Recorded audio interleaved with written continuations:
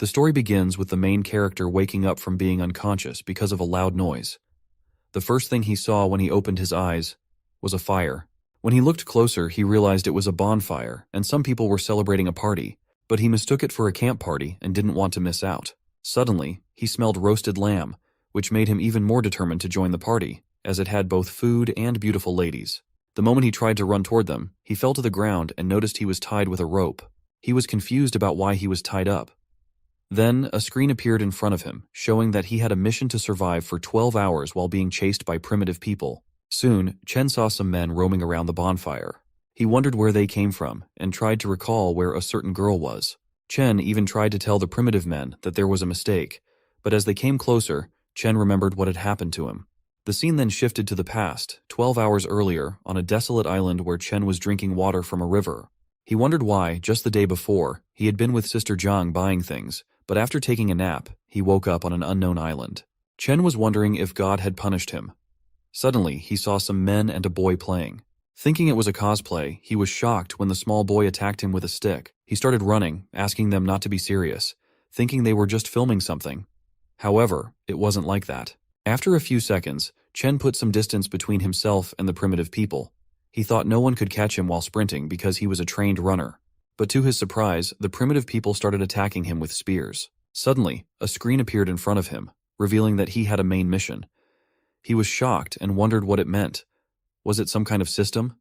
Had he traveled to another world? Still running very fast, he was hit by a spear and fainted. The next thing he remembered was waking up. The scene then shifted to the present time, where Chen's system showed that he had survived and completed his mission. Chen received a reward for completing his mission, a survival package and an attribute point +1. He interpreted this as a game system and wondered if he had been transported into a game world. Chen then opened the survival package and found a split mountain axe as a reward. He also gained proficiency in wild survival and basic medicine.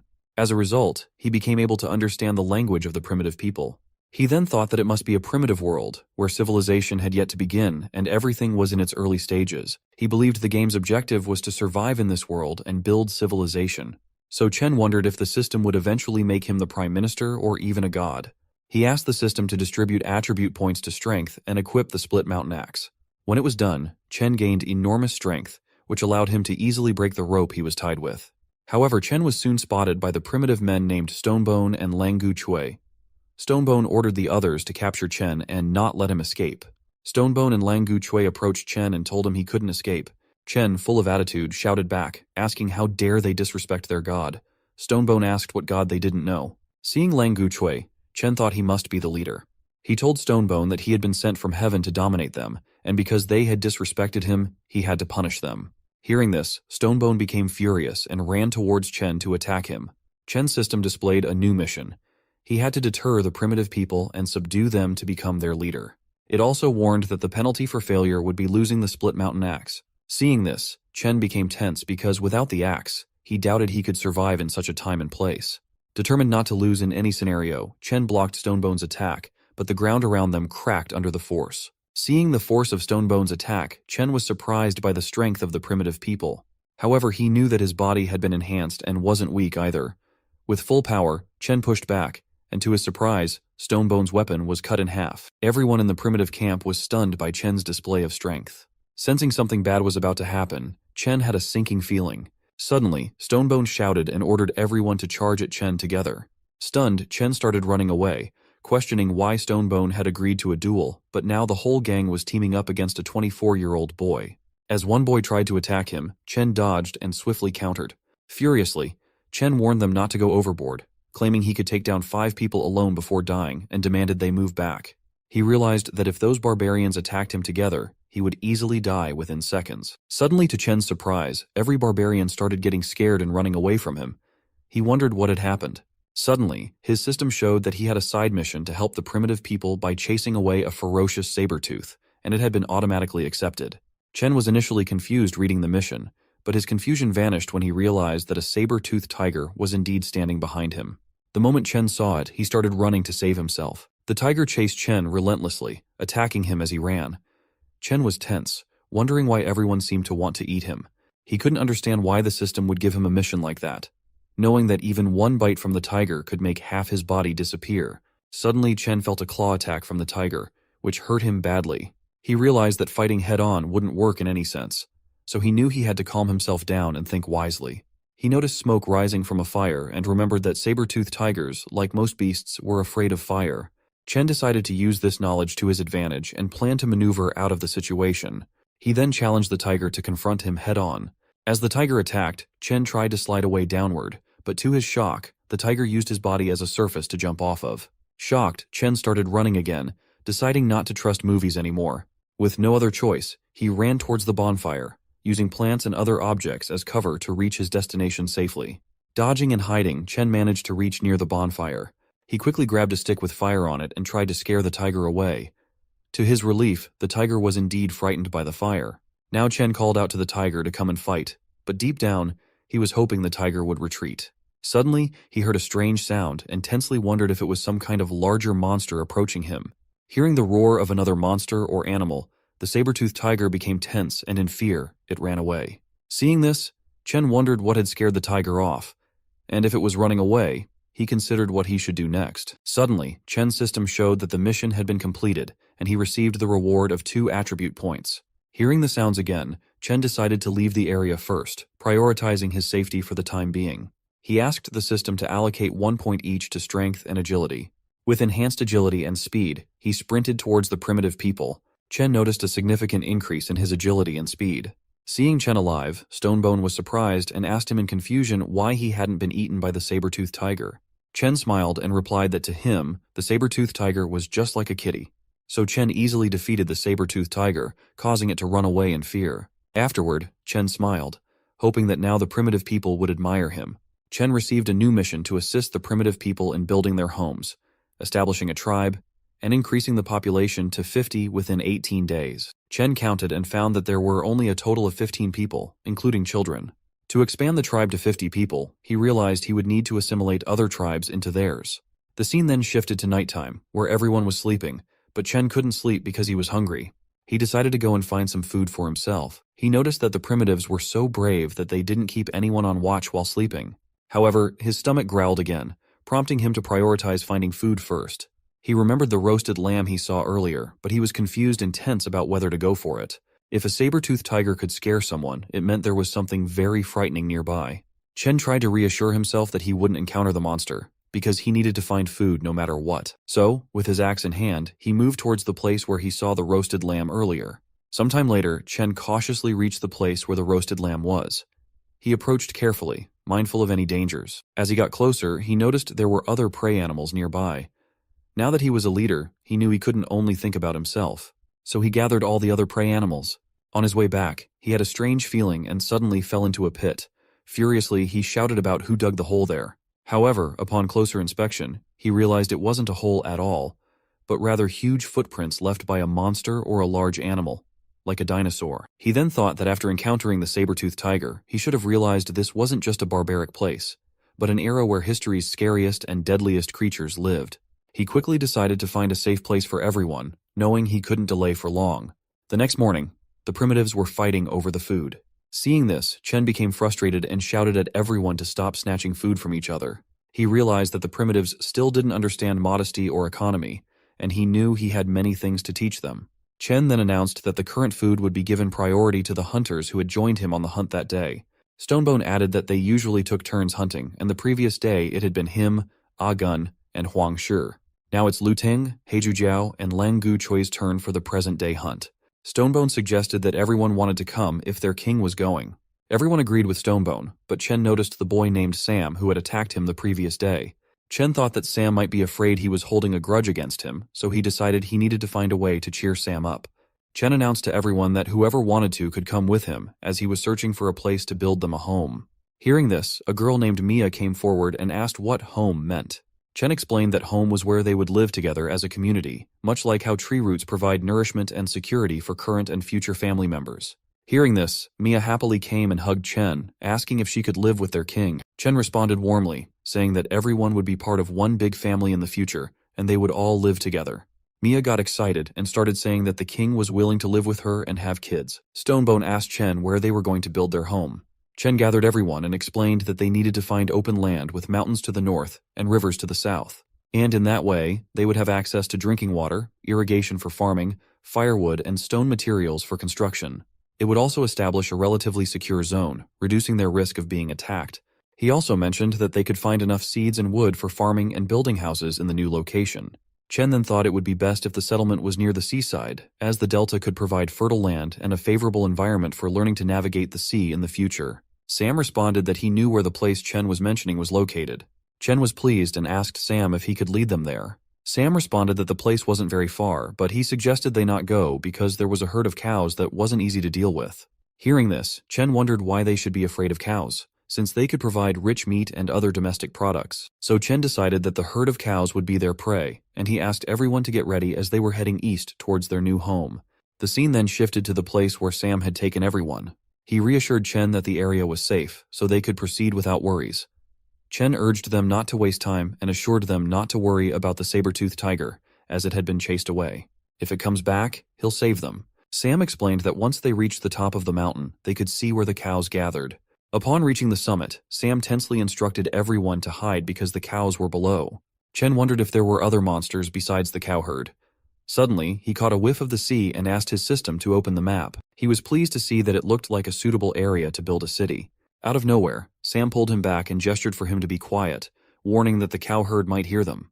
After some time, Chen checked his manual and found that there were 3 plants and 2 animals in the area ahead. The plants included green sunflower grass, dragon wine, and big tsubaki, while the animals were gray squirrels and pincer wasps. When Chen couldn't find any information about the cow herd, he asked Sam for its location. Sam explained that the cow herd was in a small forest near the river bend and offered to take them for a closer look. Half an hour later, they arrived at the forest, where Sam warned that going further could alert the cow herd to their presence. Chen was confused by the quietness around them and wondered why Sam was so concerned about the potential harm from a cow. Suddenly, his scanning results changed, and he grew tense, worrying if there were giant monsters nearby. To his relief, there was only one animal in the surrounding area. Chen then asked Sam if he remembered incorrectly. But before Sam could respond, Chen noticed a tree moving. Sam told Chen to look up, and when Chen did, he was shocked and wondered what type of monster it was.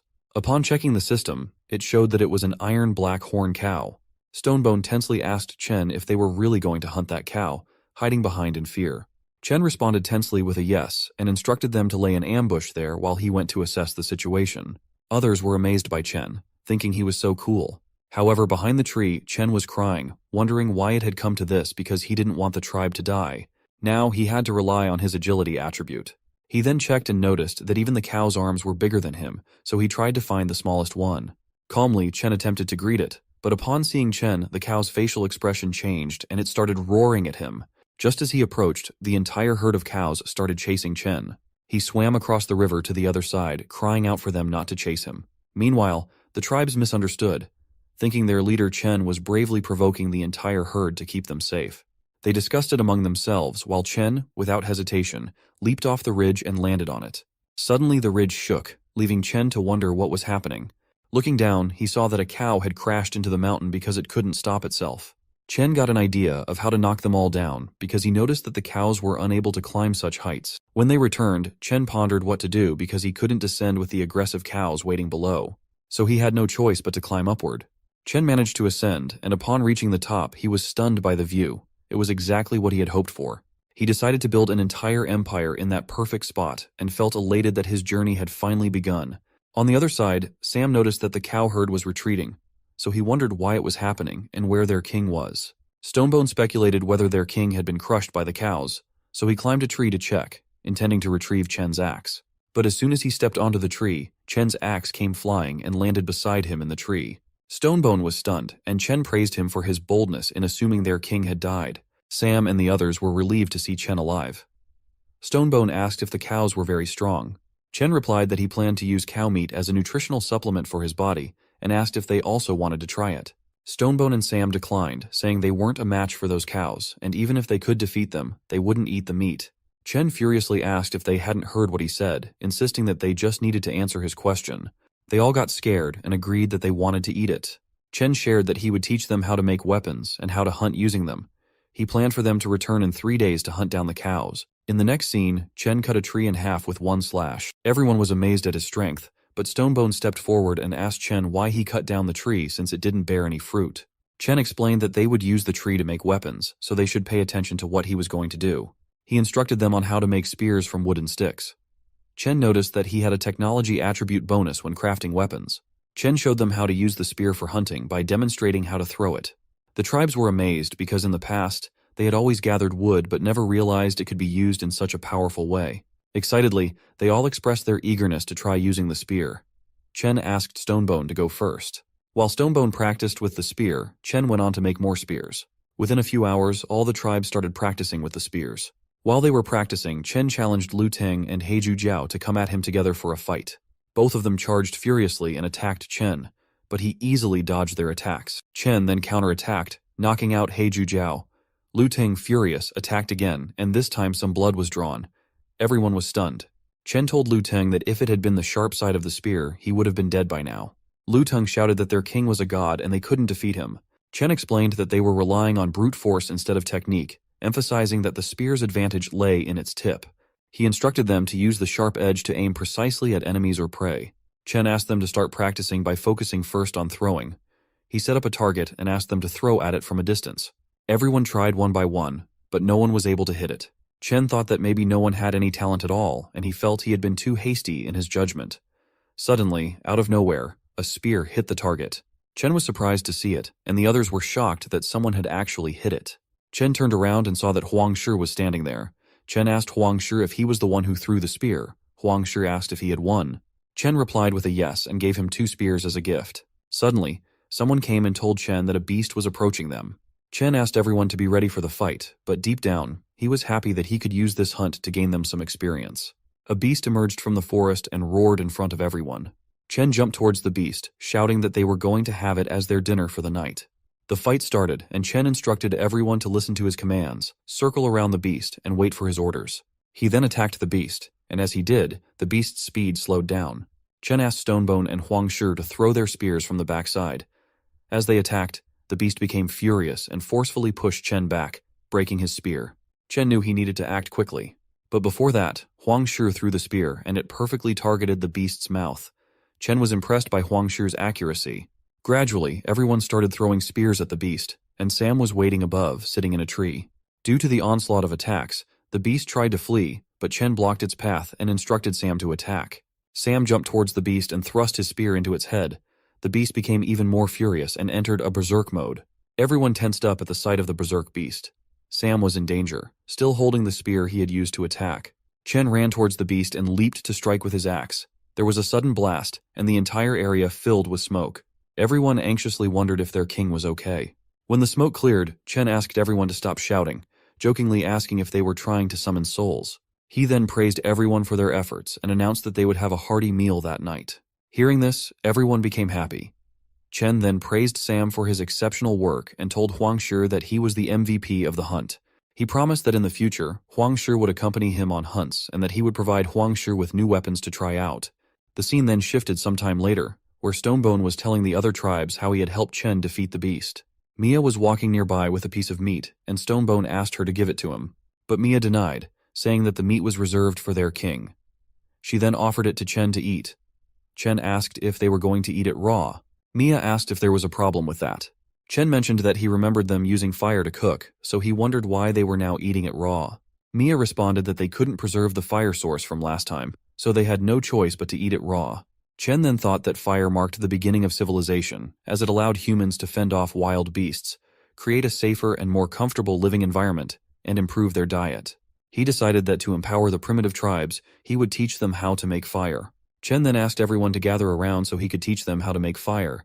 He took a broken spear and used it on a wooden block to create sparks. He instructed them to add wood shavings and tree fluff into the depression in the trunk and roll it between their hands to create friction and ignite the fire. Seeing the fire, the tribes were amazed and started praising Chen.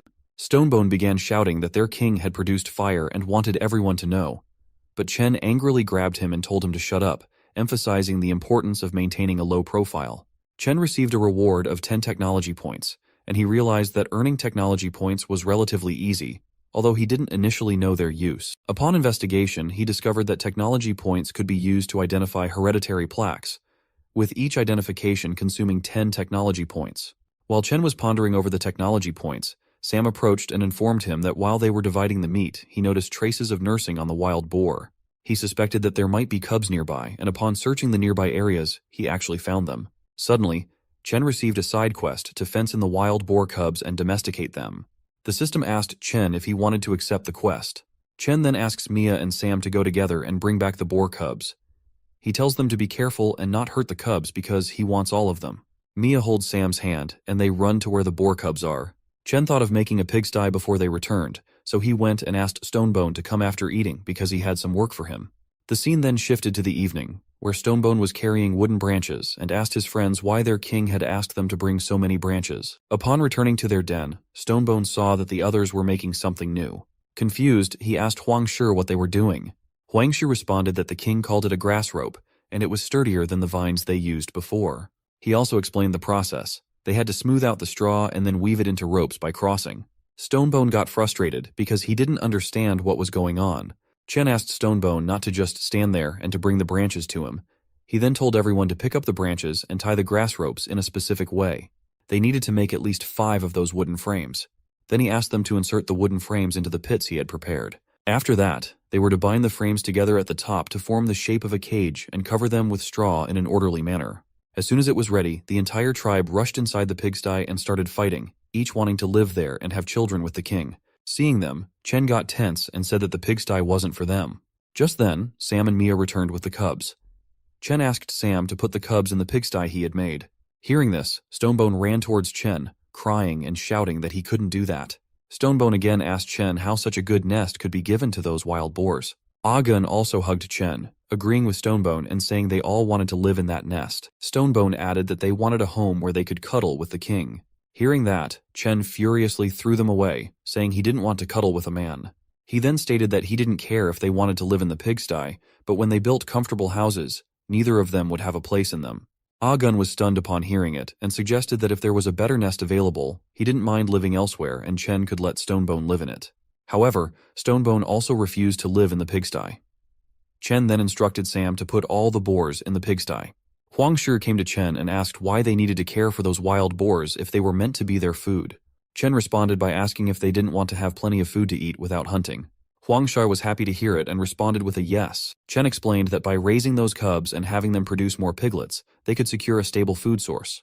Chen received his reward for completing the quest of taming the beasts. Upon opening it, he found a packet of salt from the supply chest and learned recipes for fried eggplant, stir-fried peanuts, fried eggs, roast lamb legs, and stir-fried clams. Confused by the rewards, Chen wondered if the system was suggesting he become a chef, considering their underdeveloped technology. His system indicated that completing these recipes could unlock special rewards. Seeing the recipes, Chen decided to give cooking a try. Late at night, everyone else was asleep except for Chen and Sam. Chen praised Sam for his daily hard work. Sam responded that he felt he had caused trouble for their king when they captured him, so he believed it was better for him to endure some hardships. Chen hugged him and laughingly reassured Sam that he held no grudges against him.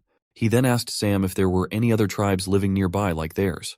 Sam responded that they had encountered a few other tribes, but they were all unfriendly and looked quite different from them. Chen asked Sam to tell him more about where these tribes were located. Sam shared that he knew about 3 different clans nearby: the Coconut Grove clan, the Bay clan, and the Giant Stone clan.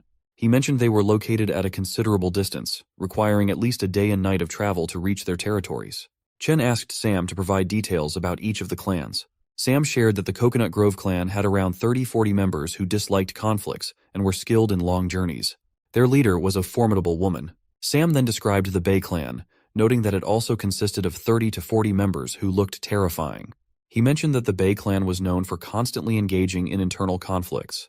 Lastly, Sam talked about the Giant Stone clan, which was the most powerful with the largest population. They typically resided on a mountain in the southwest and only occasionally came down for activities. Sam mentioned that he had heard the leader of the Giant Stone clan possessed divine power and could defeat a tiger with bare hands.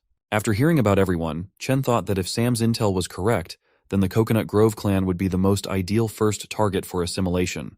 He reasoned that with the other groups full of complexities and potential conflicts, he would need to find a peaceful way to conquer them. Suddenly feeling someone behind him, Chen turned and found Mia hugging him from behind. She asked why he hadn't slept yet and if he wanted to do something exciting with her. Tensely, Chen responded with a no.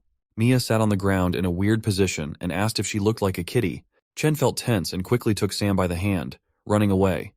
He said that it seemed like Sam needed his help with something, so he would talk with her later. Mia felt a little sad by Chen's action. The scene then shifted to the next morning, where Chen and Sam were waiting for the Bay Clan people to arrive near the seaside. The Bay Clan people arrived at the seaside to hunt a dodo bird. Chen felt a little happy that they had come after waiting all night. However, he noticed that the Bay Clan members started fighting amongst themselves over the bird. Chen wondered if they could absorb the Bay Clan, not only to increase their numbers, but also to secure resources like the dodo birds. Sam responded that their numbers were not even half of those in the Bay Clan, so they couldn't win in a fight. Chen then thought that if they had powerful weapons, maybe they could win, but first, they would have to deal with the herd of cows. Afterward, they could use the new resources to craft even more powerful weapons and equipment. So they headed back to their den, and everyone became happy upon seeing Chen return. Stonebone shared that they had thought their king had abandoned them. Chen apologized to everyone for making them worry and explained that they had a lot to do. He asked Stonebone to practice throwing spears and instructed Huang Shi to be in charge of teaching them throwing skills. Chen gave Huang Shi one day to make them as proficient as possible. Suddenly, Mia arrived and showed a leaf, mentioning its comfort for wiping after going to the bathroom. Chen replied that he needed help sharpening the wooden spears, so Mia should gather all the women and collect some rocks. The scene then shifted after some time, where Mia returned with the other ladies carrying rocks in their hands. Mia asked if the rocks were okay. Chen responded affirmatively and explained that they needed to rub the stones on the whetstone until a sharp edge or point was obtained. Then tie the stone onto a wooden stick with rope, and there they have it. A wooden stone axe.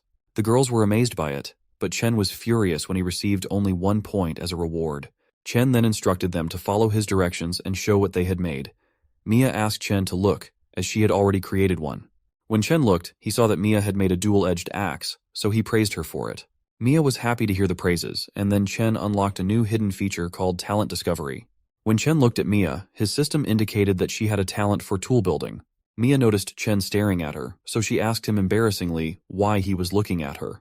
Chen didn't respond to her question and instead instructed the ladies to build as many spears and axes as they could. Gradually, they managed to create a total of 30 spears and axes. Chen praised Mia for creating more than half of the total weapons. Suddenly, he noticed that her hands were scratched and injured from rubbing the stones. Seeing Chen show concern for her, Mia blushed. At that moment, other girls also came and asked if Chen cared about them too. Chen responded that it's not what they think, but they got very close to him. He quickly ran away from there, declaring that it was enough for the day and that everyone could take a break. As he headed toward where the men were training and practicing, he suddenly got attacked with a log of wood, but somehow he dodged it and realized it was part of the tribe's training regimen, with Huang Shi teaching them well. Chen then asked Huang Shi about their progress. Huang Shi responded that everyone had made significant progress and could now easily hit their targets. Chen's talent discovery screen showed that Huang Shi was a throwing master. Huang Shi shared that Lu Ting had great strength but struggled with the timing of throws, and he could only unleash his potential when teamed up with Stonebone. Huang Shi also mentioned that Lang Gu Chui was the first to master the technique. What surprised him the most was the effectiveness of the yellow stone and wolfbone hammer. Individually, they were ordinary, but when used together as a team, they alternately threw 4 spears and scored the highest points. Chen was happy to hear it, thinking that now they could easily deal with the horde of black bulls. Stonebone asked if Chen was sure about it. Chen responded affirmatively, but to be safe, they should also bring the secret weapon. Huang Shi was surprised and asked which secret weapon Chen was referring to. Chen took out some black leaves and instructed everyone to look closely, asking them to collect as much as they could. He warned them not to touch the leaves with any open wounds on their hands, as the leaves contained a natural paralyzing drug. The scene then shifted to nighttime, where Chen beat a stone to make a mortar out of it. Meanwhile, Mia brought all the spears they had and asked Chen why he had dug a shallow pit in the stone. Chen responded that it was a mortar, and Mia would soon understand its use. He then asked her to gather all the ladies and use the stone club to crush the leaves in the pit. After crushing them, they were to apply the mixture on the tips of the wooden spears. Lu Ting came and asked Chen about the men, expressing their desire to join in with the club. Chen asked them to stay and rest, explaining that he needed them in the morning for the hunt. The scene then shifted sometime later, where Chen was eating grilled meat and putting salt on it. Suddenly, Mia came and threw a spear towards him, letting him know that the application had been done. Chen stood up and asked the ladies to stay behind to guard the place and their children. He instructed the rest of the people to accompany him to the mountain. Everyone became happy and prepared their weapons, ready to show the monsters what they were capable of. The scene then shifted after some time, where they reached the top of the mountain. Ah Gun asked the others if it was okay for their king to act as bait alone, expressing concern about the danger involved. Stonebone responded that their king was so powerful, so there shouldn't be any danger. Sam asked everyone to get ready as there was movement near the river. Stonebone instructed Mia and the other ladies to make sure they handed out the spears on time, especially making sure Sam didn't run out of spears, as their king was taking a big risk and they couldn't afford to lose him. So, let's see what actually happened. 10 minutes ago, Chen was wandering near the black bulls and thinking that, like last time, escaping to Stone Mountain would be the best way. But being cautious, he decided to lure a small one first. He approached the smaller bull and threw a stone, declaring himself as the leader of the gang and challenging it to come and face him. Hearing this, the black bull became furious, and suddenly, 3 bulls started chasing Chen out of nowhere. While running, Chen asked Stonebone to aim at the first black bull. Stonebone quickly ordered everyone to get ready and then threw the spears all at once. It worked. The black bulls were injured. Taking advantage of the distraction, Sam threw spears aimed at the bulls' necks. They all collided on the mountain, and Chen jumped towards a ledge to get higher, but his hand slipped from the edge. Somehow Stonebone grabbed his hand and saved him. Chen ordered everyone to attack the bulls while they were weakened, so they continued their assault. Stonebone took charge and began commanding the attacks. Chen noticed Stonebone's leadership qualities and realized why Stonebone was so skilled at giving commands. He saw that Stonebone was worth cultivating into a capable leader. Stonebone then came and informed Chen that it seemed the bulls were calming down. Chen was happy to see that the tranquilizer worked faster than he expected. Suddenly, Sam shouted tensely that the other bulls were also charging towards them.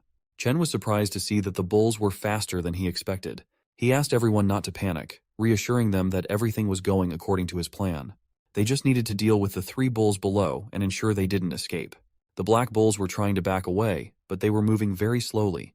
Seeing this, Chen realized the poison was already working, so he told the others to aim at the bulls' legs and not let them escape. So, Stonebone asked everyone to throw their spears, and with that, all 3 bulls were knocked down and lying on the ground. Chen told them to stop, but Stonebone said that now wasn't the time for Chen to be soft-hearted, as they needed to deal with those 3 bulls before the others arrived. Chen asked how many spears they had left. Mia responded that they had 28 spears. Then Chen asked Sam to check how many bulls were arriving in the herd. Sam responded that there were about 20 bulls. Chen then explained that this was why he asked them to stop, as they had a limited number of spears. Huangshi asked if giving up meant that all their efforts dealing with the 3 black bulls so far would be wasted. Chen responded with a no, explaining that this was just part of the plan. He never intended to face the entire herd with just a few of their squad members. From the beginning, the goal was to take down the bulls' leader. It's all because, after that, the remaining black bulls would just scatter and flee. To lure out the boss, they need some bait, which is why Chen needs those black bulls alive and cannot let them go. Chen also mentioned that his original plan was to use only 1 bull as bait, but dealing with the extra 2 ended up using a considerable number of spears. Suddenly, Sam shouted that he could see the leader of the black bulls, and it looked like a giant monster. The leader of the bulls roared, and all the bulls started running towards the mountain to ram into it. At first, Chen and the others wondered if the bulls had gone mad. But soon, Chen realized that the bull boss didn't intend to fight. Suddenly, they realized that the mountain was starting to collapse. Chen shouted for everyone to hurry back and find cover, but Mia couldn't make it in time and fell to the ground as the mountain crumbled. Seeing this, Chen jumped towards the ground without thinking, asking Agun to come with him. Heiju, Jiao, and Langu Chui also followed, coming down to help. Now it's time for the battle, as they all had to fight no matter what. Heiju Jiao asked Agun what they should do, whether they should go and fight the bulls. Agun responded to not act recklessly and wait for the leader's call. At that moment, Chen was tense, thinking that the bull's boss had already seen through his trap, and he was frustrated by how intelligent the bull was. Stonebone asked the others who were left on the mountain to go and protect their leader, but Chen shouted and asked them to stop, emphasizing that they needed to attack with the spears from above. Now the fight began, with everyone engaging. Chen wielded his axe, while others used spears and stone axes. Through teamwork, defending themselves and attacking the bulls in coordinated strikes, they managed to injure many of the bulls. Taking the opportunity, Stonebone also urged those on the mountain to throw spears at the bulls. Seeing a few bulls knocked down, suddenly all the bulls stopped, and the boss bull said something to them. To Chen's surprise, the bulls started retreating. Seeing this, Chen wondered if the herd had received an order to back off because now the boss himself would join the fight. Out of nowhere, rain started falling, and the bull boss approached, inhaling the air and breathing out flames from his mouth. Seeing this, Chen tensely asked everyone to get aside and dodge the attack.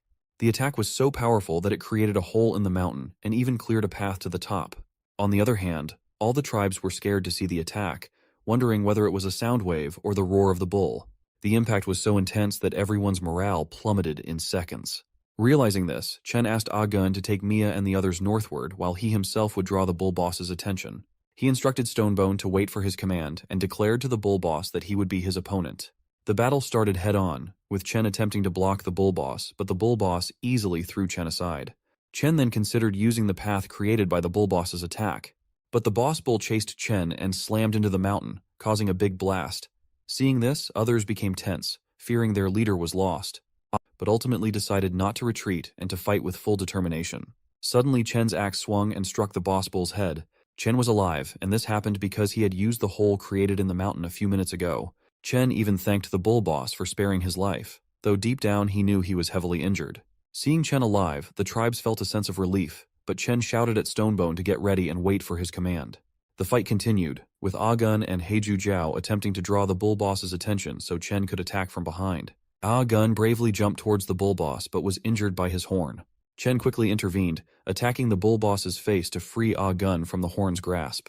The bull boss unleashed another flame attack, but everyone managed to dodge it, and Chen retaliated with a successful strike, creating a wound on the bull boss's body. He then shouted to Stonebone and Sam to throw their spears at the wound. They successfully aimed at the wounds, causing the bull boss to stumble and fall to the ground. Everyone wondered if they had won and started celebrating the victory. However, Chen remained confused because the herd of bulls was still waiting and not attacking, even after their leader had died. Out of nowhere, the bull boss stood up again and attacked Chen, unleashing a furious flamethrower. Stonebone and Huangshu were shocked to see this, and Chen himself was tense because he had let his guard down at that moment. Now the bull boss pulled the spear from his own body and hurled it towards Chen. Chen, injured and unable to move quickly, wondered if this was the end for him.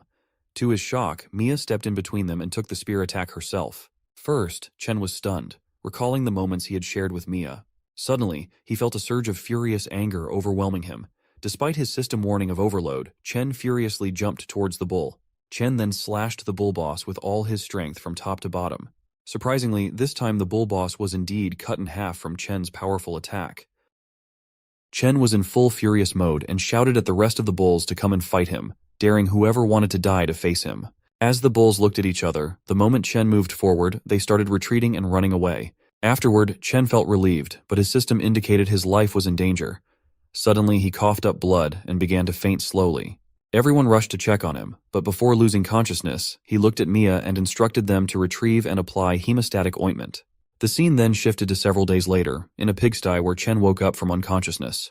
As he opened his eyes, he saw Ayu standing in front of him. Chen first asked if it was the pigsty he had set up, but Ayu denied it, explaining that they had moved to this place after driving away the bulls, and the shed was built for him. She then asked him to lie down while she went to inform everyone that he had woken up. Chen asked Ayu to first tell him about Mia and Lang Gu Chui.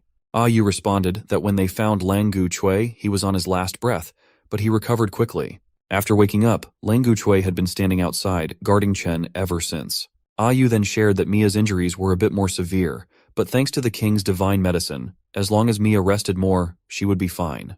Everyone else was also doing well. Chen was relieved and happy that everyone was okay. Ayu agreed, saying that everyone's health had stabilized over the past 4 days.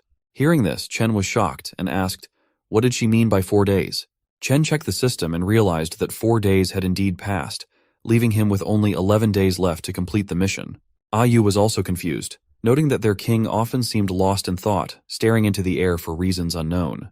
He then tried to stand up but couldn't. Ayu asked Chen to rest, but he insisted he was fine and asked her to call Stonebone immediately. She agreed and hurried out of the shed. Chen then realized that without combat or deterrent power, if this secret got out, their mission could fail in an instant. Now that they had moved to a new place, they needed to quickly build a fence around it, and later replace it with wooden walls for better security. Until Stonebone arrived, Chen asked him to listen from outside. Stonebone agreed, and then Chen whispered something to him in a secretive manner that no one else could hear. Stonebone then went to carry out the task Chen had given him. Chen then realized it wasn't enough, as they couldn't afford to make the same mistake as last time. He knew he had to ensure that everything was foolproof this time. Chen then told Lang Gu Chui that he had a task for him. Lang Gu Chui asked Chen to explain. Chen asked Lang Gu Chui to retrieve the bones and hides of the Black Bull King, ensuring the hides were as intact as possible. To Lang Gu Chui's surprise, Chen gave him his own weapon for the task. After they both left, Ayu asked Chen to rest, but Chen refused, saying he needed to talk to her. He asked her to come inside where they could speak privately, away from everyone else. When she came inside, Chen explained that he had sent the others away to assign her an important mission. Upon hearing this, Yu responded affirmatively and began to undress. She had misunderstood Chen's intention, thinking he wanted to initiate a romantic encounter. Seeing the misunderstanding, Chen became tense and shouted at Yu to put her clothes back on. Yu felt embarrassed upon realizing her mistake. Chen then clarified that he wanted her to stage a play, as he planned to send someone to negotiate with the Coconut Grove clan. The goal was to persuade the Coconut Grove clan to join and follow Chen's command. Yu tensely asked if Chen thought the Coconut Grove clan, with its larger numbers, would agree to join them. Chen responded that this was precisely why they needed to demonstrate their team's strength and convince the Coconut Grove clan to join immediately. Chen explained 2 reasons for choosing Yu. Firstly, their tribe was led by females, so as a woman, she could communicate more effectively with them. Secondly, only she knew about his current situation, as his all-out attack had caused catastrophic damage to his body. Though the ointment had prevented it from worsening, he still needed a better treatment. Yu smiled and asked if they were planning to scare the Coconut Grove clan with a bluff. She assured Chen that she knew what to do, so he could rest and leave everything to her. The scene then shifted to some time later, where Sam and Yu were heading towards the Coconut Grove clan. Sam told Yu that even though the Coconut Grove clan disliked conflicts, he still believed that they shouldn't provoke them at the present time. She responded that she understood, and they continued on. Upon reaching their destination, Sam showed Yu a fountain where every girl of the Coconut Grove clan was bathing. Then, Sam pointed out the leader of the Coconut Grove clan, the person they were looking for. While they were discussing, they were discovered by some members of the Coconut Grove clan. The scene then shifted to some time later, where Yu and Sam were presented in front of Lisa, the leader of the Coconut Grove clan. The girls told Lisa that they had captured Yu and Sam sneaking around, claiming they had come as envoys to visit the leader of their clan. Sam shouted that they were not mere visitors but ambassadors, a title bestowed upon them by their king. Lisa responded by mocking them, commenting that Yu lived like a slave and the men fed the fish, with the meat serving as dinner for a few days. She then had Sam taken away from Yu. Yu shouted that she had expected the queen of the Coconut Grove clan to be more farsighted, but it seemed she was mistaken. She declared that the mountain of meat they had planned to give would now go to the Bay clan instead. Lisa asked her underlings to wait and let Yu finish speaking. Then Lisa asked Yu if she had said there was a mountain of meat. Yu responded affirmatively, explaining that it referred to a group of large black bulls living near the northern river. Lisa then asked Yu if she wanted to join forces with the Coconut Grove clan to hunt the black bull herd. Yu laughed and told Lisa not to underestimate them, explaining that they had already taken down the black bull herd and that the area near the river already belonged to them. Hearing this, the women of the Coconut Grove clan were stunned and murmured that Yu must be exaggerating, recalling how their clan had almost been trampled by the black bull herd last time. Lisa stood up and asked Yu if she knew the fate of those who lied to her. Yu responded confidently, stating that even the largest of the black bulls had been defeated by their king. She invited Lisa to see for herself if she didn't believe it. When a girl tried to warn Lisa, Yu laughed, dismissing their concerns and jokingly suggesting that if their king wished, he could easily topple the entire Coconut Grove clan. Sam also agreed and shared that they hadn't come to attack. They came bearing gifts and to deliver their king's invitation. He questioned why there was any doubt about their sincerity. Yu then furiously added that if the queen lacked the courage to go herself, she could send someone to retrieve the meat. Seeing Yu like that, Lisa became a bit tense but still warned Yu that they better not be playing any tricks. The scene then shifted to a moment later, where Yu and Sam returned with Lisa and her group. Sam shared that they had returned. Stonebone shouted at Sam not to make a big fuss about it and to go help the others build the houses. Upon hearing this, a girl asked Lisa what the houses were. Yu then informed Chen that the people from the Coconut Grove clan had arrived. Seeing Chen, Lisa became tense and felt a strong killing intent emanating from him. It felt as though she was facing an ancient beast. In reality, Chen had dressed himself as a beast from ancient times. Chen responded to Yu that she had done well. Seeing Chen's intense demeanor and way of speaking, Lisa became tense. Suddenly, they heard a sound coming from the bushes. It turned out to be Mia, Lang Guchui, and Gun hiding inside, as Chen had instructed all the injured people to remain hidden so they wouldn't be visible. Gun shared that he was just curious to see what the queen of the Coconut Grove clan looked like. Chen then expressed his gratitude to Lisa and her clan for accepting his request and making the trip to their land. A girl from the Coconut Grove clan furiously asked where the meat Chen had mentioned was. Chen calmly responded that it was just around the corner and they could take as much as they could carry.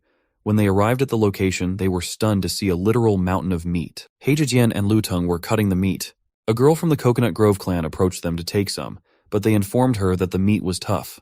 When she tried to cut it from a stick, the stick broke under the pressure. Seeing this, Lutung and Heijian started laughing. The girl shouted and asked what was so funny, stating that they were lucky to catch the bulls during their dispute.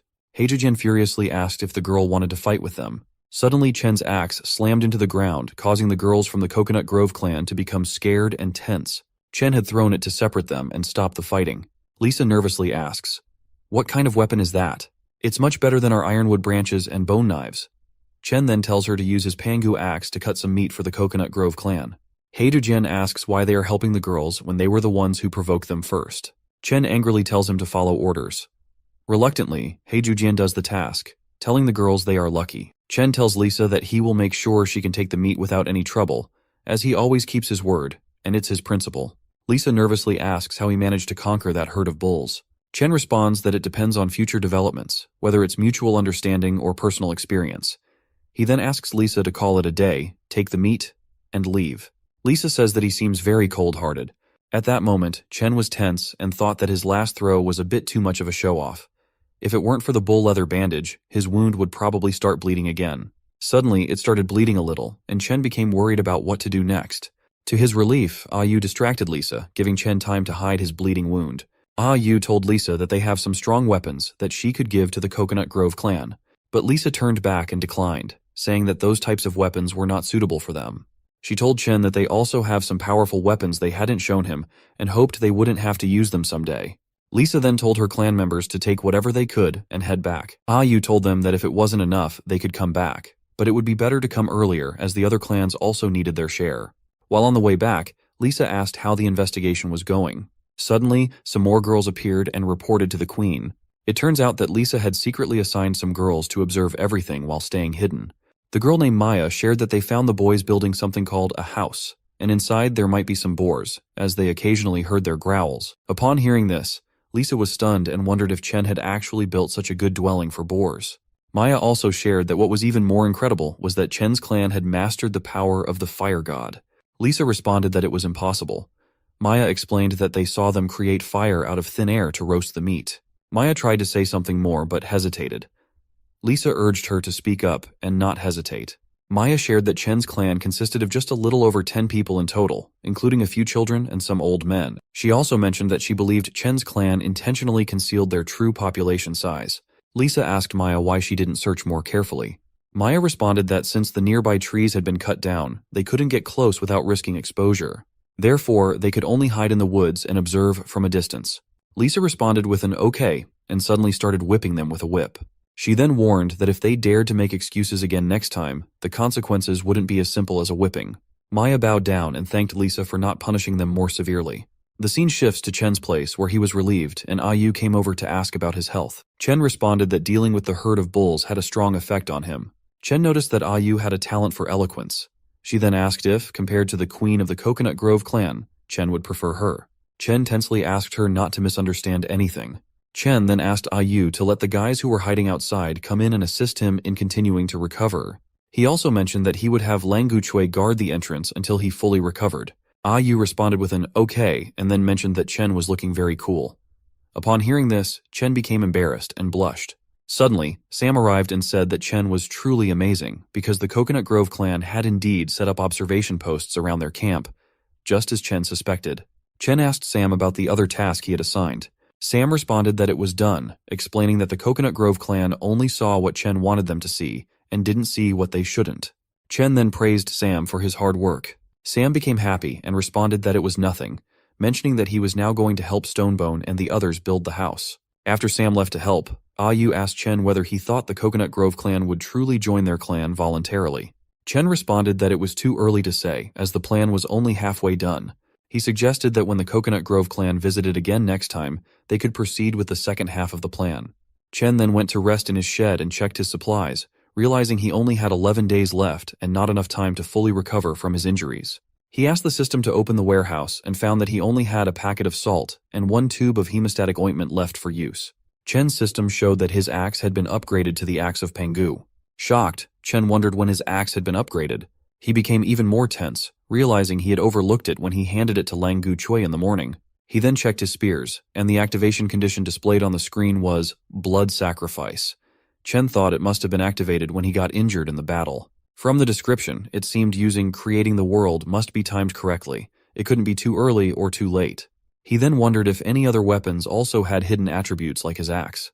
However, he soon dismissed the thought because the activation conditions must be different for each weapon. Chen decided to leave it to fate. He then checked the remaining items and saw the hemostatic ointment, but there was only enough left for one use. Chen decided to save it for a critical moment. Otherwise, he could rely on swinging the axe to hunt all the creatures nearby. Chen thought that the meat the Coconut Grove clan had taken would be enough for 2 days, and time was limited, so he had to rely on Sam for now. He asked Lang Gu Chui to call Sam as he had some work for him. After some time, Sam arrived and asked what happened. King. Chen asked Sam if he remembered those black bulls they had driven away, and told him he had 2 days to find them and come back to report. Upon hearing the task, Sam immediately started running to complete it, shouting that he would return very soon after finding the black bulls. Meanwhile, Chen thought that everyone was working hard, so he decided to prepare some gifts for all the clan members.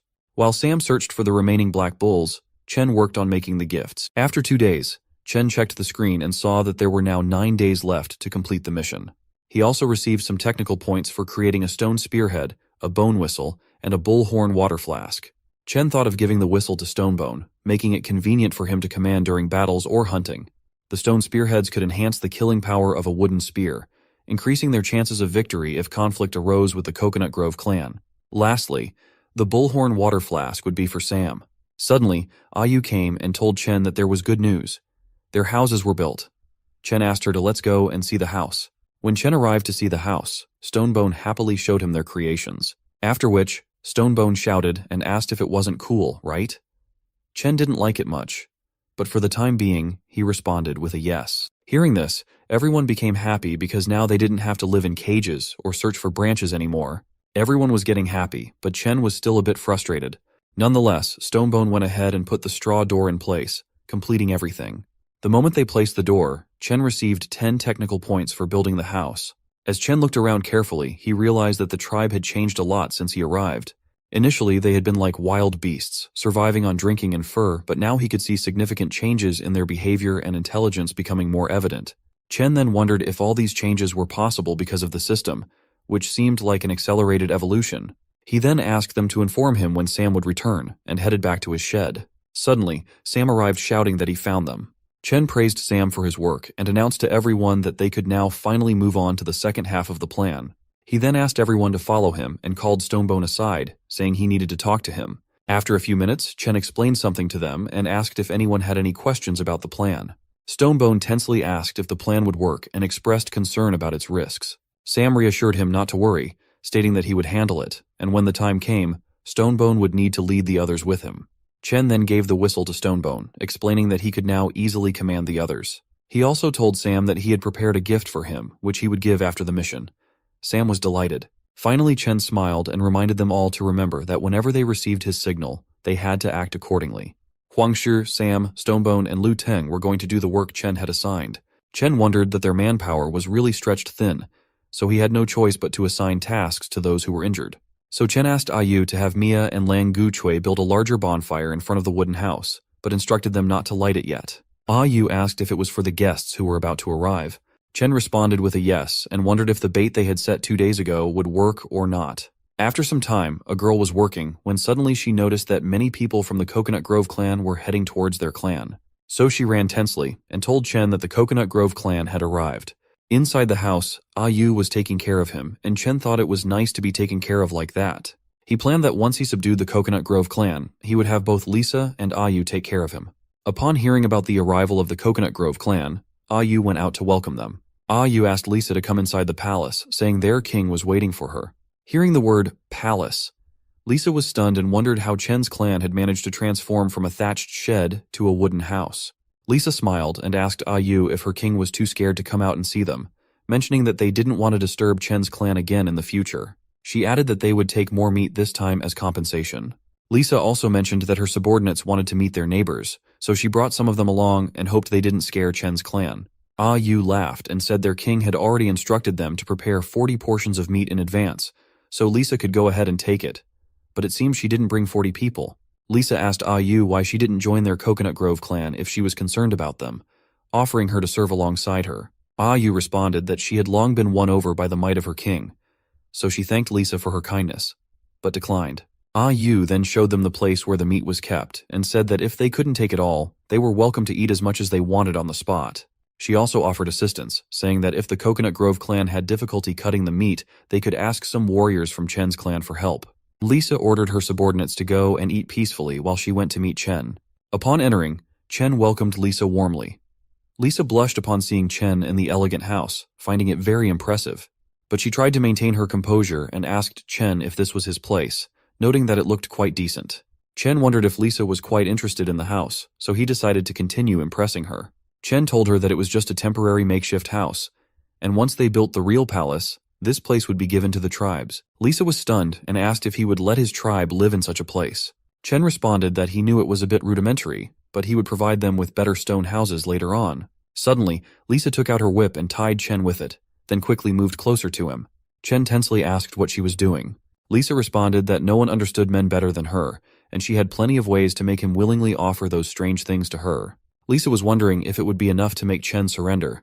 Even though Chen found it very stimulating, he maintained a serious expression and laughed, asking if she really thought she could force him to submit like that and if he didn't have any backup plan. But deep down, Chen was feeling despair because he didn't have any backup plan at all. Things were out of control, his injuries hadn't fully healed, making a direct fight already tough, and now the situation was even worse for him. Suddenly, to Chen's relief, Ayu came inside and announced that everything was ready for the feast to begin. However, upon seeing Chen and Lisa in that situation, Ayu was stunned and shouted that Chen shouldn't be doing something like that. Lisa removed her whip, and Chen suggested they had talked enough, so they should go out for a barbecue. He then asked Ayu if she had lit the fire. Meanwhile, Lisa was pondering whether Chen's ability to withstand her coercion and maintain a poker face meant he truly had a backup plan, or if he simply wasn't afraid of death. Compared to the members of her clan, Chen seemed quite different in his demeanor. When they went outside, the girls of the Coconut Grove clan happily asked Lisa to come and check the meat as it smelled really nice after being grilled. Chen also gave some salt to Ayu to distribute among the people of the Coconut Grove clan. Ayu offered the salt to everyone, suggesting they sprinkle it on their food to enhance the flavors. Lisa furiously asked Ayu what she was sprinkling. Ayu responded to Lisa that she didn't need to eat if she was afraid. But seeing her own clan's people praising the food, Lisa understood. Chen was also happy seeing them enjoy, hoping they would eat as much as they could to give Sam and Stonebone more time to complete their task. The scene then shifted to Stonebone and the others, who were near the black bulls. Luteng asked why they needed to hunt the bulls again when they already had enough meat to finish. Stonebone responded that they were not there to hunt the bulls and instructed Luteng to just follow the command. Suddenly, receiving a signal from Huang Shi, they all threw their spears towards the black bulls. As a result, the entire herd starts running. Stonebone shouts to Sam that the bulls are charging towards him. Sam tells them not to worry and jumps from the tree to attack the neck of a bull. After successfully penetrating with his spear, Sam shouts that he has done it, and now the bull is his. Due to the attack, the bull starts running around wildly. Sam tries to gather his courage and not be afraid. He knows he can handle it. From a distance, Huang Shi notices that the herd is heading east. So Stonebone signals Sam, and Sam realizes the direction is wrong. He turns the bull to the right, and the bull then starts rushing towards the west. The scene shifts back to Chen's den, where the girls of the Coconut Grove clan are eating calmly and happily. Meanwhile, Chen is waiting for the signal when suddenly a defender of the Coconut Grove clan comes running towards his den. Lisa notices and asks why she is so flustered and what's going on. The girl, crying, shares that a group of mad black bulls has stormed into their camp, causing havoc everywhere, and their defenders are no match for them. Hearing this, Lisa furiously stands up and tells everyone to get back to the base, vowing to make those crazy bulls pay. But deep down, she was tense, thinking they had always kept their distance from those black bulls. She wondered what had suddenly caused this disaster. On the other side, in the Coconut Grove clan camp, the girls were unable to fight off the black bulls.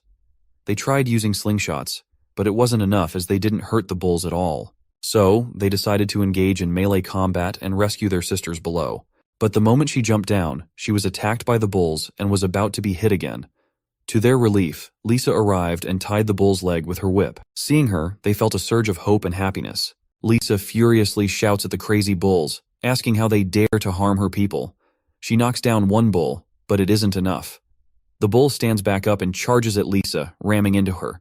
The impact sends her flying through the air, and her whip slips from her hand, but Chen arrives just in time to catch her. He asks Lisa if she is okay. Lisa, feeling defeated, responds that she is fine but is puzzled by how the bulls appeared out of nowhere. Standing nearby, Huang Shi, Sam, Luteng, and Stonebone were trying to act innocent, hiding their faces here and there because they were the ones responsible for the incident. Chen then angrily stares at the bulls, asking if they have forgotten the pain after their scars have healed. The bulls roar and start moving towards Chen, who becomes tense, wondering if the bull doesn't recognize him. He questions whether his leather cloak made from the hide of the Black Bull King was not intimidating enough. To his relief, the bull begins to retreat. Chen then shouts out that it looks like they have a new king for their herd. He tells the bull boss that he seems much weaker than the last one, and since he's here, he can stay. Without waiting, everyone from Chen's clan attacks the bulls, and Stonebone asks Sam to focus on the bull boss. With Stonebone's assistance, Sam jumps over the bull and begins trying to control it to ride it. Chen noticed that Sam had a talent for riding. As his clan tried to gain control over the bulls, Chen asked Lisa to leave, but she refused, pointing out that the herd had not yet dispersed. Chen stops Lisa from going to fight, telling her that she couldn't handle the monsters and that he hadn't brought enough people, so it would be like walking into death. Lisa falls silent, unsure of how to respond. Chen asks Lisa again why she didn't temporarily bring her people to his place, where they could heal and wait for the right time to reclaim their territory. He assures her that he would provide housing, food, and ensure their safety. Yu also urges Lisa to consider the condition of her people, pointing out that they are not in a state to fight. He asks her if she wants to watch them sacrifice themselves in vain. Finally, Lisa announces that she asks the Coconut Grove clan to help the wounded and retreat to the north, to Chen's place. Upon hearing this, a girl named Yun became furious, but she couldn't disobey the queen's order. She told the injured to follow Chen's people. Chen told Yu that he was giving her the responsibility to take the Coconut clan back to their camp, while he and Stonebone stayed behind to buy them some time. Yu agreed, and they all left. Meanwhile, Stonebone and the others were fighting, but Yun also joined the fight. Seeing this, Stonebone told her to retreat if they were afraid, as they had already defeated the bulls once, so there was no need to rush. But Yun didn't agree and attacked the bulls. Chen also told Stonebone to leave her and focus on defeating the bulls because he believed those girls were very courageous. The scene shifted to the evening, where everyone returned to Chen's camp. A girl named Maya from Chen's side happily welcomed them, saying she was glad everyone was safe. Maya also asked about Chen and the others. Yu shared that Chen and the others stayed behind to buy them time to return with the injured ones. Maya said that the girls from the Coconut Grove clan could stay in the houses they had built. Maya sighed with relief, thinking that if it weren't for Mia and the others working hard despite their injuries to quickly build the houses, they wouldn't have anywhere to put the girls from the Coconut Grove clan. After that, Yu told Lisa that everyone was settled in the houses, and food and safety were guaranteed, so there was no need to worry. She also asked Lisa to rest for the time being. Lisa responded with a thank you. Yu sighed with relief as everything went smoothly and remembered Chen's words. Chen had told her that the focus of the entire plan was to subdue the Coconut Grove clan with minimal cost, since they couldn't afford any more injuries after just finishing a tough battle. Now, only the last step of their plan was left. The scene then shifted to the next day, where Mia asked Heiju Jiao if everything went smoothly last night. Heiju Jiao responded with a yes, saying he had been guarding all night and nothing had happened. Yun was guarding Lisa's house when she suddenly felt it had become cloudy above her. Looking up, she saw it was Mia who had come to greet her. Yun tensely asked Mia what she wanted. Mia said that their king had invited Lisa to his palace because he wanted to discuss something important with her. The scene shifted to Chen, who was checking his system and feeling tense because there were only 8 days left to complete the mission. Someone knocked at the door, and it was Lisa who had come to see him. Lisa shared that Yu had told her about the clan merger, and her answer was no, she couldn't agree to it. Lisa also told Chen not to think he could force her just because their Coconut Grove clan was temporarily weakened. Chen responded that he wasn't forcing her, he was offering a trade. He said he could teach her how to build houses, craft weapons, and make fire, and in exchange, the Coconut Grove clan would need to merge into his tribe. He asked Lisa again to accept his request and stay under his protection. Chen then moved closer to Lisa and said that sometimes things required more than courage.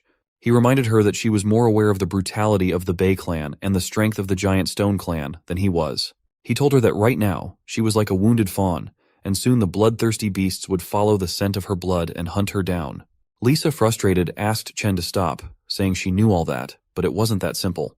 She explained that she couldn't force the girls of the Coconut Grove clan to accept the rule of a stranger. Unless he defeated them in a duel, only then would the girls accept him. Lisa again asked Chen if he was willing to accept the challenge.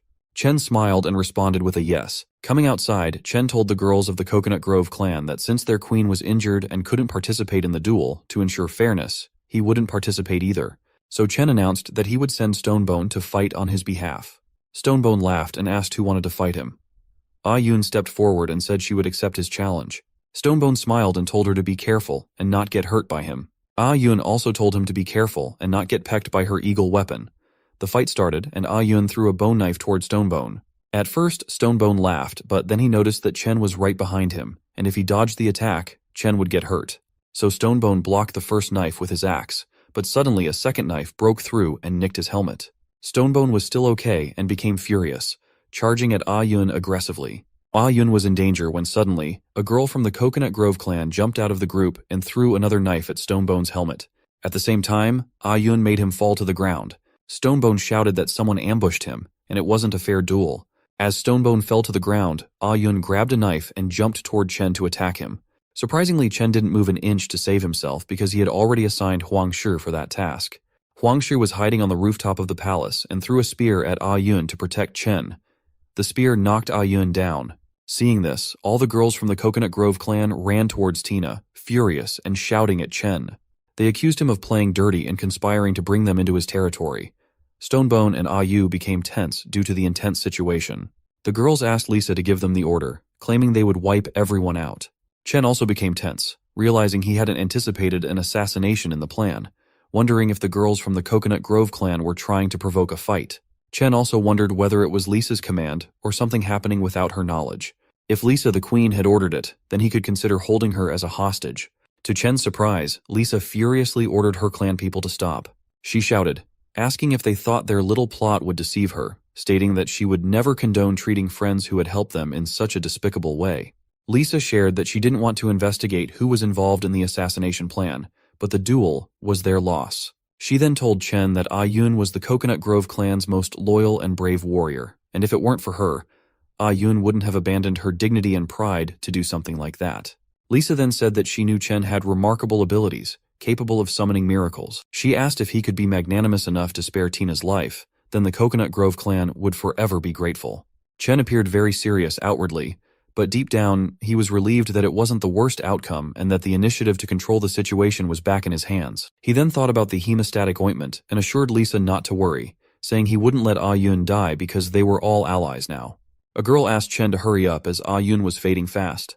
While going to help, Chen thought that he would overlook Tina's assassination attempts for the greater good, but there still had to be consequences for her actions. So Chen decided to apply only a small amount of medicine to keep Ah-Yun alive, but not to bring her back to full health immediately, reserving the rest of the ointment for treating his own injuries. After applying the ointment, he instructed others to carry Ah-Yun back to her house, assuring them that she would recover in a few days. Seeing this, the girls of the Coconut Grove clan started praising Chen, believing it to be a miracle.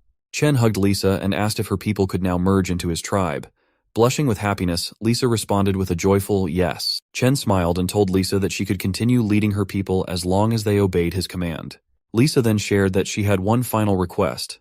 Chen needed to become her partner, and they should have a ceremony to formalize their relationship. Hearing this, Chen became happy and blushed, thinking it was like a gift falling into his lap. He imagined they would have a wedding, exchange rings, enter their bridal chamber, have a daughter together, accompany their daughter as she grew up, witness her wedding, grow old together, and finally depart to the afterlife together. Seeing Chen making weird faces, Lisa tensely asked what was wrong, wondering if he didn't want to have the partner ceremony. Chen quickly responded that he definitely wanted it and hugged her tightly. Then Chen asked Lisa to rest and recover properly, as he also needed some time to prepare for the ceremony. He then ordered everyone to go and rest, instructing them to return for the ceremony in a few days. After that, his system showed that he had officially established his tribe and asked him to choose a name. When Chen looked closely, he noticed that the tribe population was only 46, so he wondered why it was 4 less. He named the tribe Newbie Tribe. Chen then pondered that he needed to find a way to deal with the Bei clan and considered taking some Bei clan members as prisoners. However, he wasn't sure if the captured prisoners would count toward the tribe's population. Suddenly, Chen overheard some girls from the Coconut Grove clan talking among themselves. They mentioned how they used to like Chen's smiling appearance, but now he had to be like the men who became partners before and were cut into pieces by the queen at the ceremony, and then devoured. Chen was tense thinking about the queen eating men and wondered if that was the reason why men were scarce in the Coconut Grove clan. Someone came up behind Chen, startling him, causing him to shout and ask them not to harm him. Mia revealed that it was her and asked why Chen was so scared. Chen, still startled, asked her what she wanted. Mia then asked if Chen was really going to become the partner of that rude woman, Lisa. Chen responded that he might need to reconsider his decision and that he had been too hasty in agreeing to the ceremony with Lisa. Mia asked if he was serious. Chen shared that he thought he was getting a bride, but it turned out Lisa was like a praying mantis. Hearing this, Mia started celebrating, but Ayu interrupted her, asking why she had sneaked out when she was supposed to be resting. Mia blushed and responded that she wanted to be with Chen. Chen sadly told Mia that he wanted to be alone and suggested that the girls from the Coconut Grove clan could participate in camp construction if they wished. Ayu agreed and started to take Mia back. Despite this, Mia continued to ask Chen to think carefully and consider her instead of Lisa. After that, Chen decided to go and chat with Lisa about the situation. The next day, Chen woke up and noticed that everyone was getting along very well, and even the Coconut Grove clan was helping to build the houses. He then went towards the farming area where the temporary residents of the Coconut Grove clan were staying. Upon reaching there, Ayun greeted him and asked if he had come to meet with the queen. If so, Ayun mentioned that the queen was nearby the river. Ayun then informed Lisa that the king had arrived to meet her, prompting Lisa to ask everyone to leave. Once alone, Lisa asked Chen if there was something urgent. Chen responded with a no, saying he had just come to see how her injury was healing.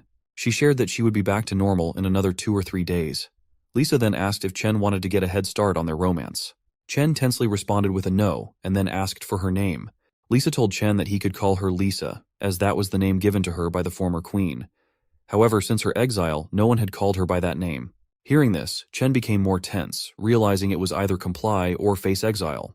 He thought that Lisa might even rename her clan to the Praying Mantis clan. Chen asked Lisa if the former queen had also had a partner, and wondered where they were now. Lisa responded that all of them had been eaten, as it was a tradition in her clan for the queen to consume her partners, which was believed to grant her more power. Chen became more scared upon hearing that, but he was relieved when Lisa said that it was a tradition of previous queens, and she had no intention of continuing it. Chen felt a bit relieved and asked if she had never eaten anyone. Lisa responded that she had recently become queen and never had a partner, so she hadn't had any opportunity to consume anyone. Chen then bid her goodbye as he was leaving to prepare for the ceremony. While Chen was heading back, he thought about how if there was no risk of being eaten, he should consider talking with Mia.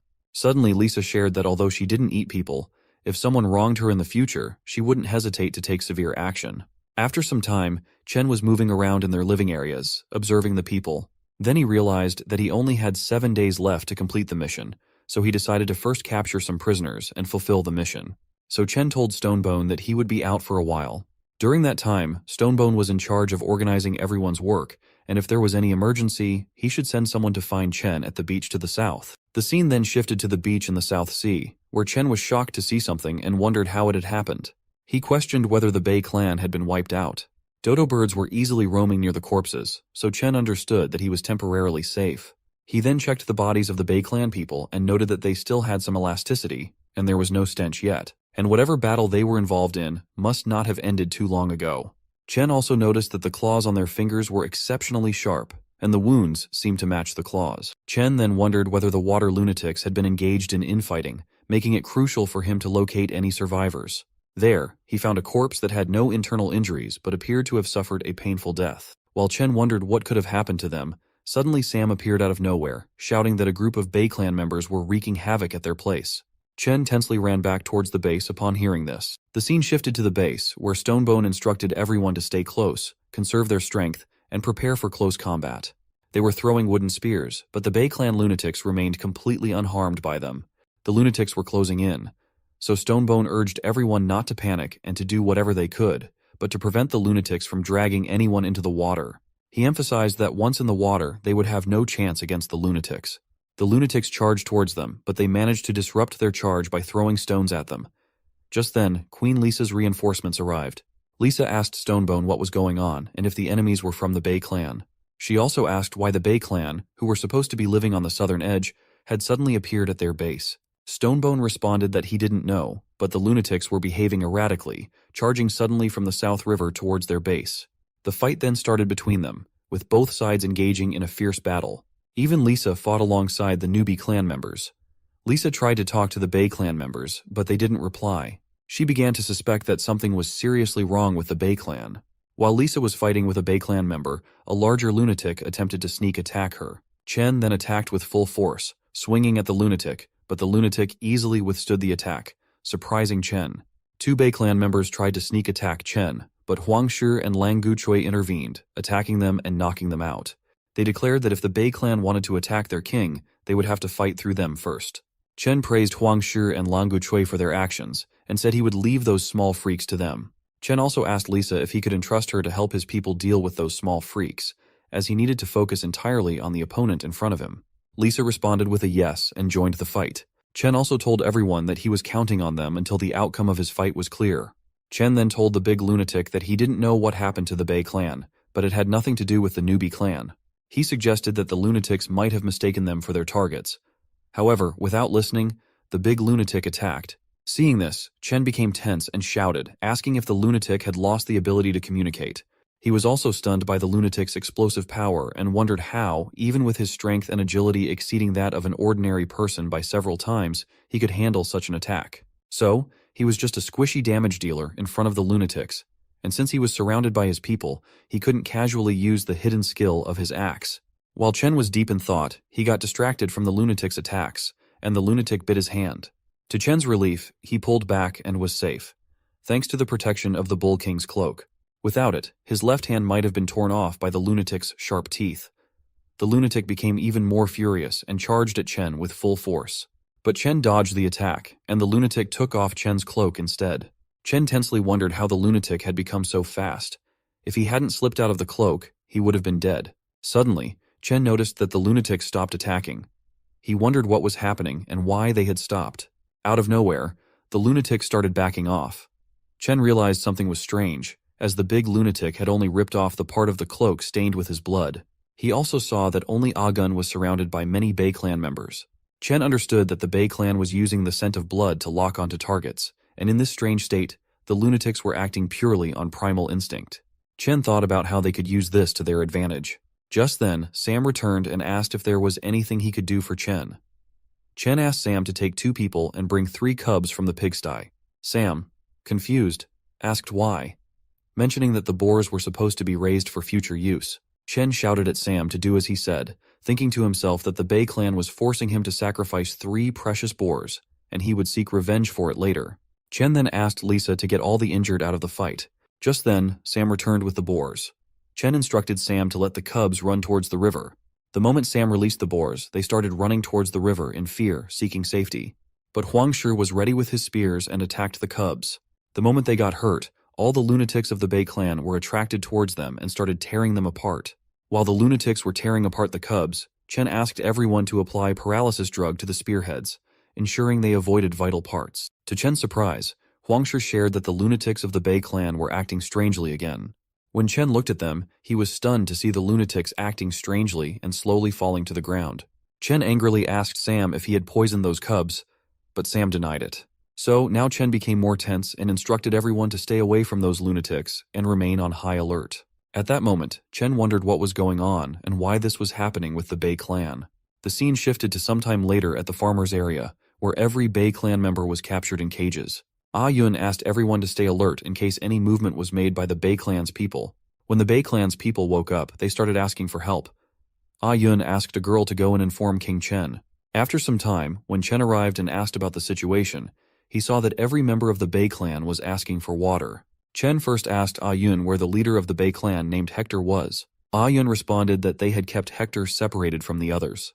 When Chen reached Hector's cage, Hector was asking for water, so Chen poured some water from a bottle on him. After that, Chen asked Hector if he could understand his words, to which Hector responded with a yes. Chen then assigned the communication task to Yu. Yu first gave water for Hector to drink, and asked him to drink as much as he wanted. Hector told Chen that his people also needed water and asked Chen to share it with them. Yu reassured Hector not to worry, as they would all be given water, and then asked if Hector was ready to provide some answers. Hector tensely asked why they had attacked their clan just to ask a few questions. He also shared that he had heard about the Giant Stone clan being a group of strange people, but he never expected them to be so bizarre. Yu asked Hector whether he was saying that he had been attacked by the Giant Stone clan. Upon hearing this, Hector was surprised and said that Tor hadn't told him that Chen's clan wasn't the Giant Stone clan. Yu responded that they were a new clan called the Newbie tribe, and their king is Chen.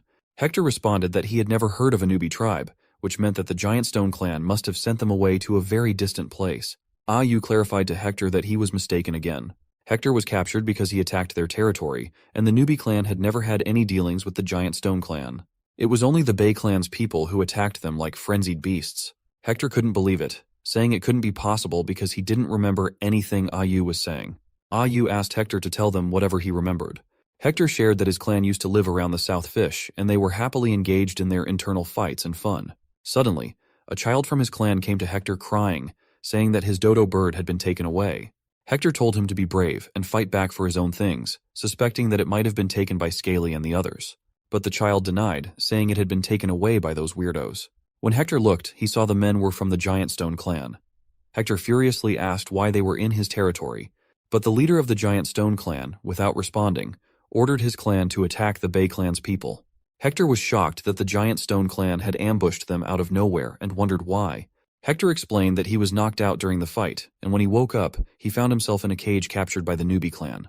Chen then told Hector that he had visited his village a while ago, and there was no one left alive. Chen added that if they hadn't chosen to spare the lives of the remaining Bay clan members, the Bay clan would have been extinct by now. Hearing this, Hector became deeply saddened and felt immense pain, realizing he was unable to save any of his people. Suddenly, something fell from Hector's body. Ah Yu picked it up and asked Chen to take a look at it. When Chen looked at the leaf and identified it using the system, he discovered that it was industrial hemp, a herbaceous plant known for its pain-relieving properties and the ability to induce hallucinations when smoked. Upon realizing this, Chen became tense and wondered if it could be the work of the Giant Stone clan. The scene shifted to some time later, with everyone giving water to the Bay clan's people. During this time, Chen had collected leaves from each member of the Bay clan and discovered something unusual about them. Chen then remembered that Sam had once told him the leader of the Giant Stone clan had obtained some kind of divine power. Now, it seemed that this god was more of an evil entity. Chen then thought that it was likely the industrial hemp that caused the Bay clan to turn on each other. He wondered if the Giant Stone clan was behind this, as their frenzied attack on the Newbie tribe territory couldn't have been accidental. If the Giant Stone clan intentionally let the Bay clan's people come here to wreak havoc and leave them worse off or dead, it meant that the Newbie tribe had not only been noticed, but also seen as a threat that needed to be dealt with. Even Hector, with his boundless strength, had become a puppet at the mercy of others, indicating that the power of the Giant Stone clan was not to be underestimated. Chen checked his own stats and realized that 3 points of strength might not be enough, so he needed to level up before the real danger appeared. Ah Yu came to Chen and told him that Hector was on the verge of a mental collapse, expressing her fear that Hector wouldn't be able to provide answers if it happened. Chen responded that they didn't have time to wait for Hector to calm down, as danger could be lurking around them, ready to strike at any moment. Ah Yu asked if he meant that the Giant Stone clan was planning to attack their base. Chen shared that it was difficult to explain, but he believed the Giant Stone clan used the industrial hemp leaves to control the Bay clan's people. He emphasized that they didn't know what would happen next, so they needed to quickly trigger Hector's memories to learn more. So Chen said to Blackstone that he needed to stop blaming himself, as once someone inhales the poisonous smoke from the industrial hemp leaves, no matter how strong they are, it's useless. Chen asked Hector to take a look at the leaf. Upon looking at the leaf, Hector shared that he remembered the smell. He vaguely recalled smelling it when he was fighting those bastards, but at that time, it was mixed with all sorts of strange smells. He just felt it was pungent and unpleasant. Hearing this, Chen became tense and asked whether the Giant Stone clan was using different types of poisonous plants. He guessed that they would need to figure out the effects of those poisonous herbs before planning any counterattacks. Hector asked if King Chen was going to deal with the Giant Stone clan, suggesting that the Bay clan people should also join him. He expressed that if he didn't avenge his brethren, he would regret it for the rest of his life. Other members of the Bay clan shouted that they also wanted to take revenge for their fallen comrades, and they were willing to do anything as long as they could achieve that revenge. Chen thought that although he still needed more people to complete the main quest, they were only 4 people short. Chen's thoughts were interrupted by Hector, who mentioned that their noses were very sensitive. He offered their help to Chen, saying they could distinguish and track those poisonous herbs, which would definitely aid Chen. Chen responded that this was exactly why he was worried. Despite their ability to track herbs, their sensitivity to the smell of blood meant that if the Bay clan's people lost control again, the consequences would be unimaginable.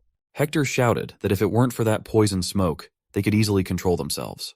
Chen responded by acknowledging that their enemies were the Giant Stone clan, and raised the concern about what would happen if the Giant Stone clan released the poison smoke again during their battle. Hector sadly responded that if that happened, they would refuse to fight. Chen told Hector that he understood his desire for revenge, but emphasized that acting out of anger and hatred would not resolve anything. He expressed concern that Tor might not agree with his plan, if he had one. Hector responded that they were the last remaining members of the Bay clan, and as long as Chen could help them get revenge, their lives belonged to Chen. Chen told Hector that as long as Hector assimilated into his tribe and pledged loyalty to the Newbie clan, he guaranteed that they would take revenge. However, Chen clarified that not all members of the Bay clan would have the opportunity to personally take revenge. Chen asked Hector again what he thought about the arrangement. Hector and every member of the Bei clan started shouting that they were ready for it. As Chen started to leave, Hector called out to him. Chen understood and instructed Ah Yu and Ah Yun to release the people of the Bei clan from their cages, as they were companions after all. After doing so, Chen's system indicated that he had completed the tribe mission and received the quest reward. As a reward, Chen received 3 attribute points, a large material chest, and a heritage plaque. Since Chen had completed the quest within 7 days, he also received an extra reward of a surprise gift package. Chen felt relieved that he had finally completed the quest and decided to allocate all the attribute points into strength. After allocating the attribute points to strength, Chen suddenly felt an enormous increase in power, sensing the energy surging within him. When the transformation completed, he noticed that his hair had grown longer, and he wondered if it was a side effect of the power boost. He then decided to check the rewards. In the large material chest, he obtained 1 ton of hematite.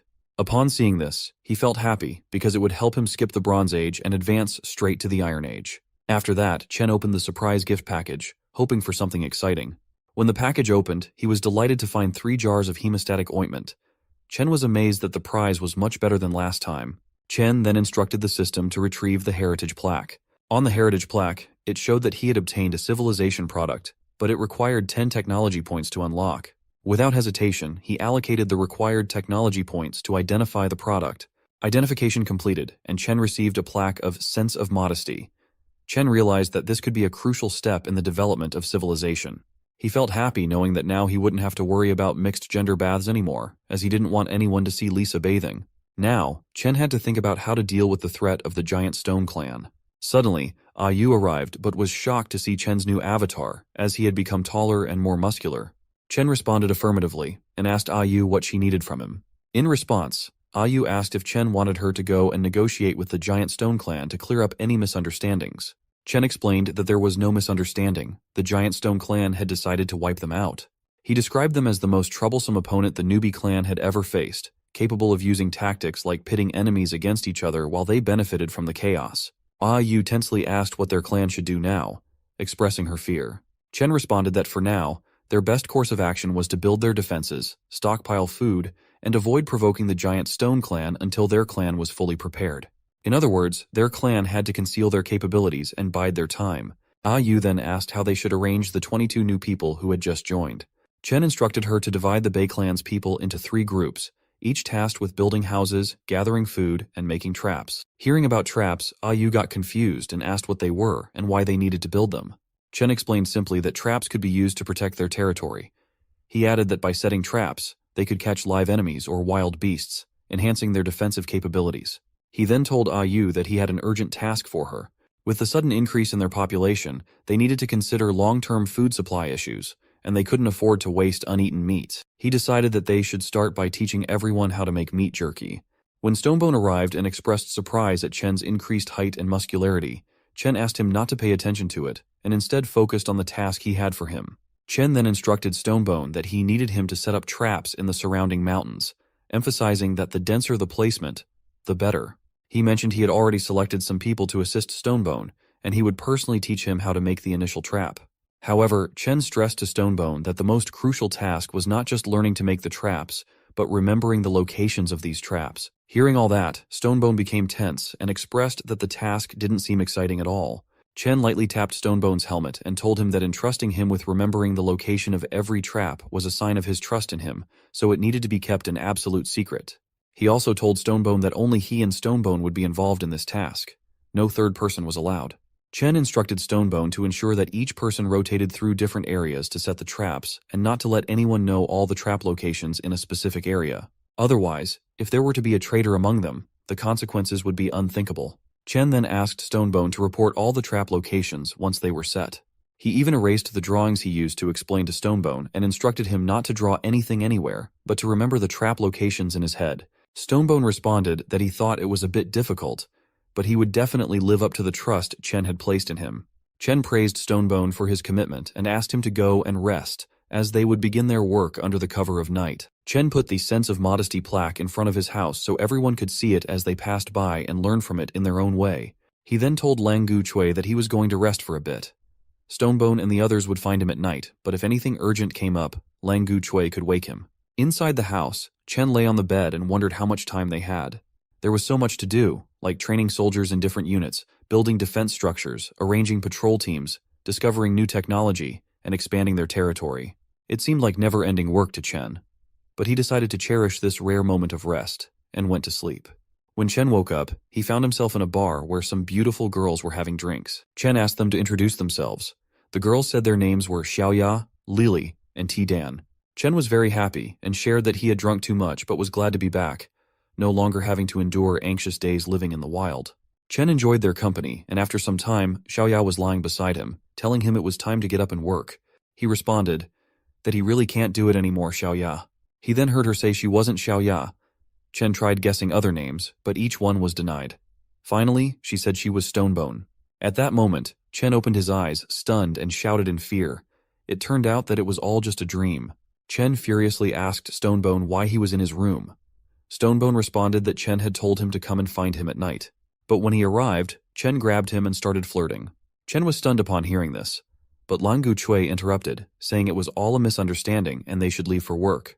The scene then shifted to some time later, where Chen was showing everyone how to make a trap. He demonstrated by creating a spike trap as an example for everyone. He explained that since the enemies and monsters they were facing were quite large, the traps needed to be deep and wide enough to be effective. Chen then demonstrated how to hide the traps with leaves in a specific manner. Chen reiterated that the spike traps could be combined with the tripwire traps he had shown them earlier, emphasizing the importance of mixing and matching trap types. He also mentioned that Huang Shi could teach everyone how to make other types of traps. Hearing this, Huang Shi got confused and admitted he didn't know how to make any traps. Chen then asked Huang Shi if he remembered the moving target used for spear practice, suggesting it could be perfect for a trap if they replaced the log with a net and added a triggering mechanism. Chen left the work to Stonebone and the others and headed back, hoping he could continue the dream he had just woken from. As he returned to the territory, he was surprised to see that no one was walking around. Normally, by that time, someone would have woken up and started working.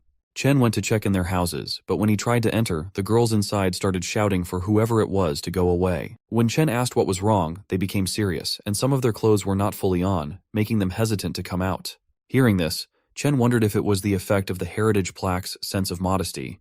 He closed the door and told them they had half a day to make new clothes. If they weren't out by noon, he warned them not to blame him for being strict. Chen went near the plaque and was amazed by its effect. Suddenly, Stonebone came shouting his name. When Chen turned around, Stonebone shared that he had found something while digging traps. Chen was delighted and told Stonebone that what he had found was flint. A brilliant discovery. He explained that with flint, they had limitless possibilities, especially because it could produce sparks when rubbed together forcefully. Chen and Stonebone ran back to the place where Stonebone had found the flint. Upon reaching there, Stonebone showed Chen the spot and mentioned they had dug around that stone. When Chen saw it, he realized there wasn't enough flint. Since it wasn't a dry, arid, saline alkali land, if the flint was naturally formed, there was only one possibility. Chen asked Stonebone to take a closer look at what was inside the soil. Stonebone agreed, and mentioned that the soil in that area was easier to dig, and there appeared to be some things inside that didn't quite look like stones. When Stonebone tasted it, he got freaked out because it was dung, and he felt very bad after eating it. On the other hand, Chen already suspected that there was probably a fairly large dung pit underneath. He felt puzzled, wondering if it could be possible that another primitive people had lived there and reached a cultural level where they had something akin to toilets. Or could it have been the old lair of the giant stone clan? Chen ordered Stonebone to collect the flint, bury the places again without leaving any traces behind. He also instructed to set up a few more traps nearby and to build beacon towers in high places. Additionally, Chen wanted some people to be on lookout in shifts. Hearing this, Stonebone shouted in confusion, asking about towers and beacons, wondering what Chen had said. The scene then shifted to 4 days later, where Chen wandered through the territory, observing the many houses that had been built. He reflected that this was the first step towards happiness. Suddenly, Mia ran towards Chen, startling him. He quickly asked Lan Guchui to help him stop her. Despite their efforts, Mia reached Chen with full force and hugged him tightly, accidentally breaking a house in the process. Lan Guchui asked Chen tensely if he was okay and urged Mia to get off him. Seeing Chen injured, Mia squeezed him again, pleading for him to stay alive since they had just built houses and couldn't afford to die now. Chen responded that playtime was over and asked Mia if she said the houses were ready. Mia responded affirmatively, saying there were 2 rows of houses, totaling 10, which could comfortably accommodate 50 people. Hearing this, Chen was pleased and patted Mia on the head, praising her efforts. Chen also asked Mia not to be reckless anymore and assigned her the task of repairing the broken house as a punishment. Then, he went to check on the progress of the food supplies and reserves. Upon reaching the riverside, Chen saw that the Bay Clan people were happily catching fish, and Ah Yu, along with some girls, were helping them dry the fish. Chen shared that compared to building houses and digging traps, the Bay Clan were indeed more suitable for going into the river to fish. With the Bay Clan's help, their new tribe had noticeably increased the variety and quantity of food available. Lang Gu Chui praised Chen for all the progress they had made, which allowed them to live such a prosperous life. Chen responded that it might be possible, but he still wondered if the methods he used to subdue the Coconut Grove clan were proper, and what kind of deceit he might resort to in the future. Lang Guchui reassured Chen not to doubt his decisions, emphasizing that Chen's orders were their will. He expressed that he saw no problem with what they had done, pointing out that in the world, only the strong survive, and large and small groups were constantly devouring and destroying each other every day. So obtaining maximum results with minimal losses is actually kindness to both them and the Coconut Grove clan, Chen said with a smile. He then told Lang Guchui that he already possessed the most important qualities needed for their journey. Chen then asked Lang Guchui to accompany him to inspect the results of the border defenses, expressing his belief that the Bay tribe could still bring more surprises, like the mysterious Frogman force. The scene shifted to Stonebone and the others working on the traps and towers. When Chen arrived, he asked Stonebone how the traps and beacon towers were arranged. Stonebone responded that according to Chen's orders, the beacon towers in the west, south, and north had all been completed. After arranging for 6 people to be stationed at the beacon towers in shifts, there weren't many people left. Stonebone explained that in order to finish on time, they had to leave early and start working on the mountain before dark. Chen understood they were short on manpower and decided that from that day onward, he and Lang Guchui would go up the mountain to help Stonebone. Stonebone asked Chen not to worry, saying they could handle it, but Chen responded that it was a critical time for them, so they needed to make every second count. Chen was wondering if the Giant Stone clan had indeed lived nearby before. They might be more familiar with the terrain than his clan was. He worried that if the Giant Stone clan took advantage of their unpreparedness, they could launch another, even larger surprise attack. In the night, while everyone was working and Chen was there as well, he suddenly looked towards the West Beacon Tower and felt an ominous sensation. He wondered why he was feeling this way, perhaps just overthinking it. Suddenly, out of nowhere, Chen heard screams coming from the South Beacon Tower. He was surprised and quickly looked in that direction, where he saw signals for help. Chen furiously shouted to everyone that the South Beacon Tower was under attack and urged them to move quickly. Chen ran towards the south, his mind racing as he thought about how, despite knowing the trap locations and having an agility bonus from 2 points, it still took at least 5 minutes to reach the South Mountain. He hoped that nothing would happen during those crucial 5 minutes. At the South Tower, Huang Shi was patrolling when he noticed triggered traps very close to the tribe. He wondered how the enemies had managed to infiltrate so far. Huang Shi also considered the possibility of other enemies nearby who might have seen the firelight and were ambushing towards it. He decided it was best to find these enemies first and launch an attack. Huang Shi ran towards the source of the noises and attacked with his spear, but the enemy proved formidable, deflecting the spear and forcing Huang Shi to dodge. To his surprise, the enemy quickly closed in to attack him, leaving Huang Shi with little time to react, causing him to shield himself in fear. To Huang Shi's relief, the enemy stopped the attack and revealed himself to be Chen. Surprised, Huang Shi asked why Chen was at the southern side.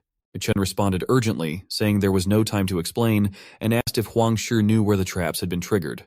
Huang responded affirmatively and described the location where the traps had been triggered, mentioning he was the one who lit the beacon tower. Chen quickly instructed Huang Shi to wait for those taking the safe route and bring them to that location after him. When Chen reached the location of the triggered traps, he didn't sense any other people nearby.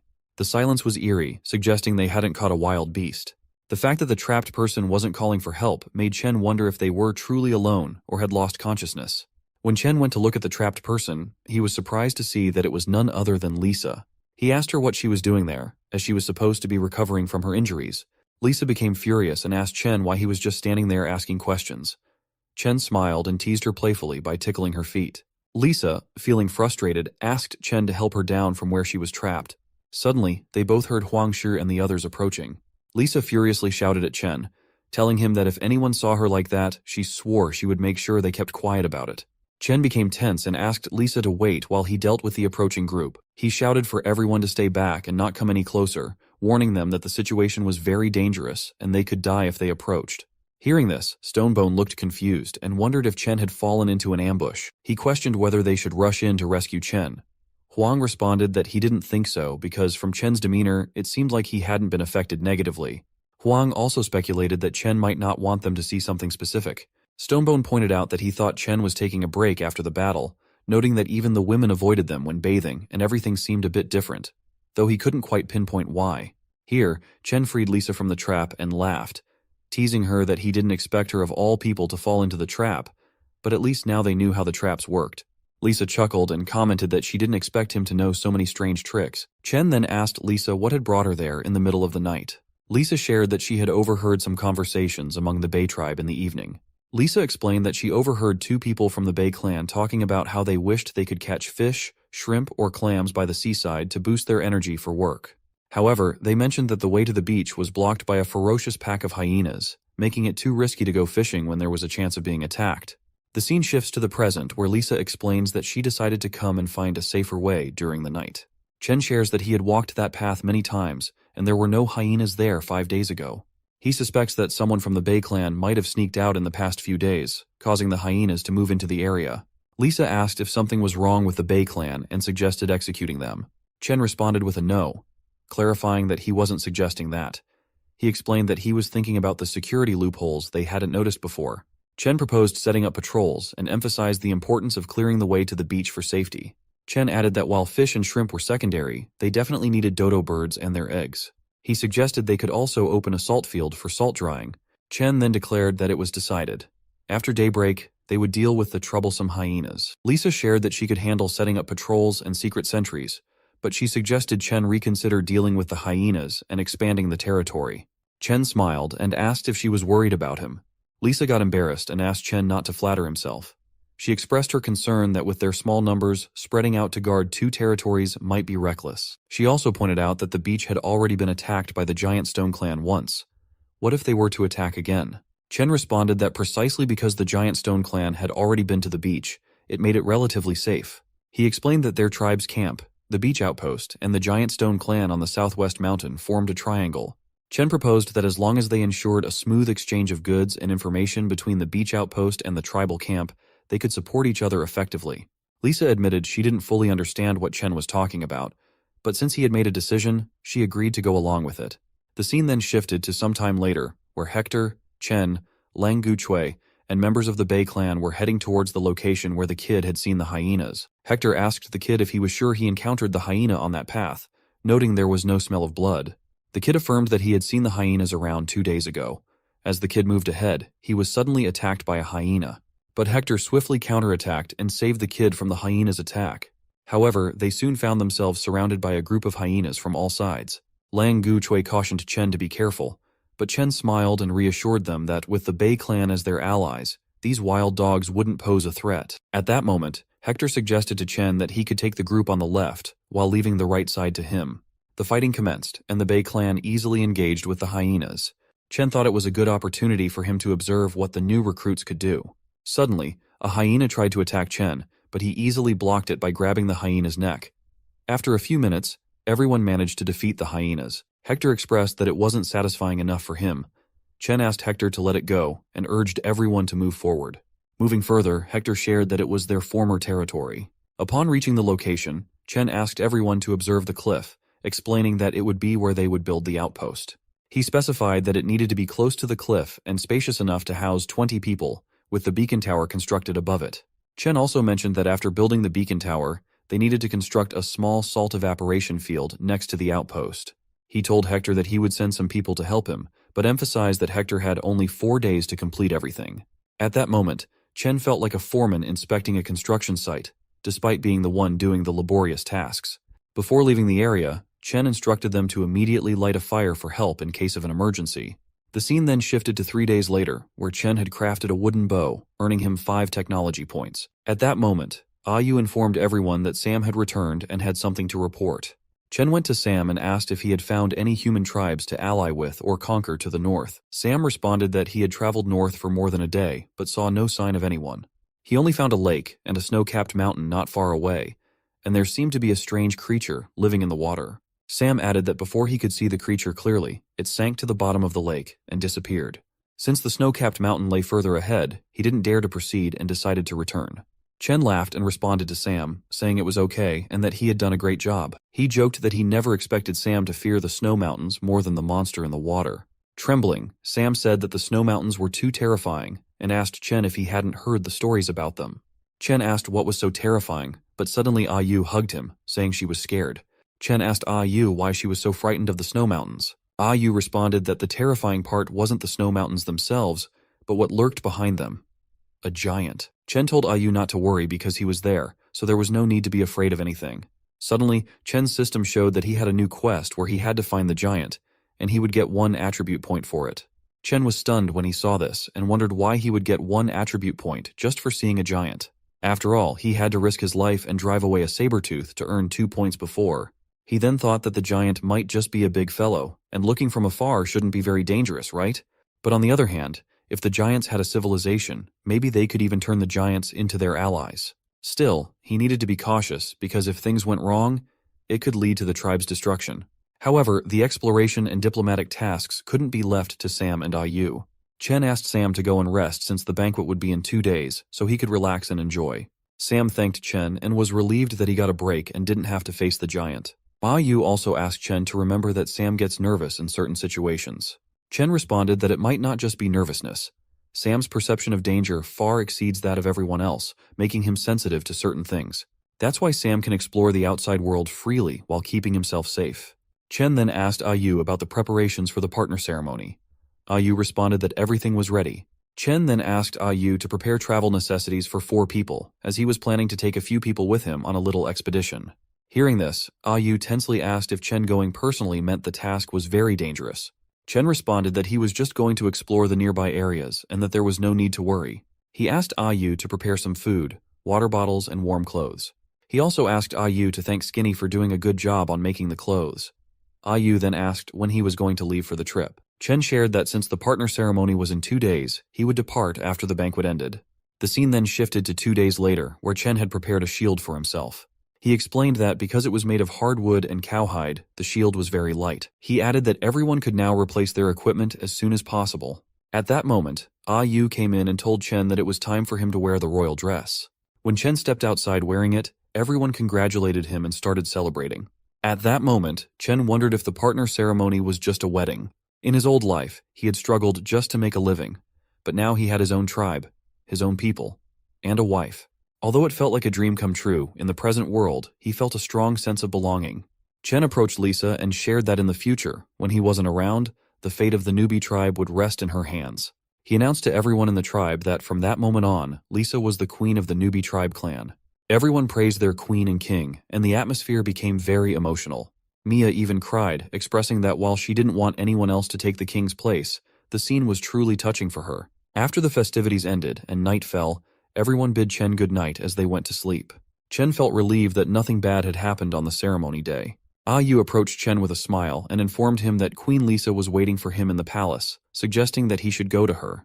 At first, Chen blushed upon hearing that Lisa was waiting for him, but then he became tense, recalling that her love language involved using a whip. Nevertheless, he headed towards the palace, intrigued by the possibility of something exciting awaiting him. With courage, Chen opened the door and told Lisa that he had returned home.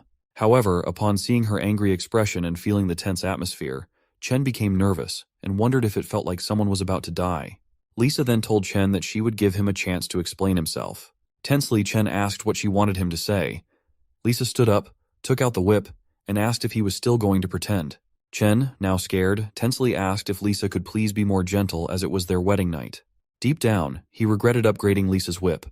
Lisa then asked if he was in such a hurry to leave her by going on a journey just after the ceremony. Hearing this, Chen felt a little relieved and asked Lisa to relax and let him explain everything. He then shared his entire plan, and Lisa asked to confirm whether his plan was to convince the giants to join them against the Giant Stone clan.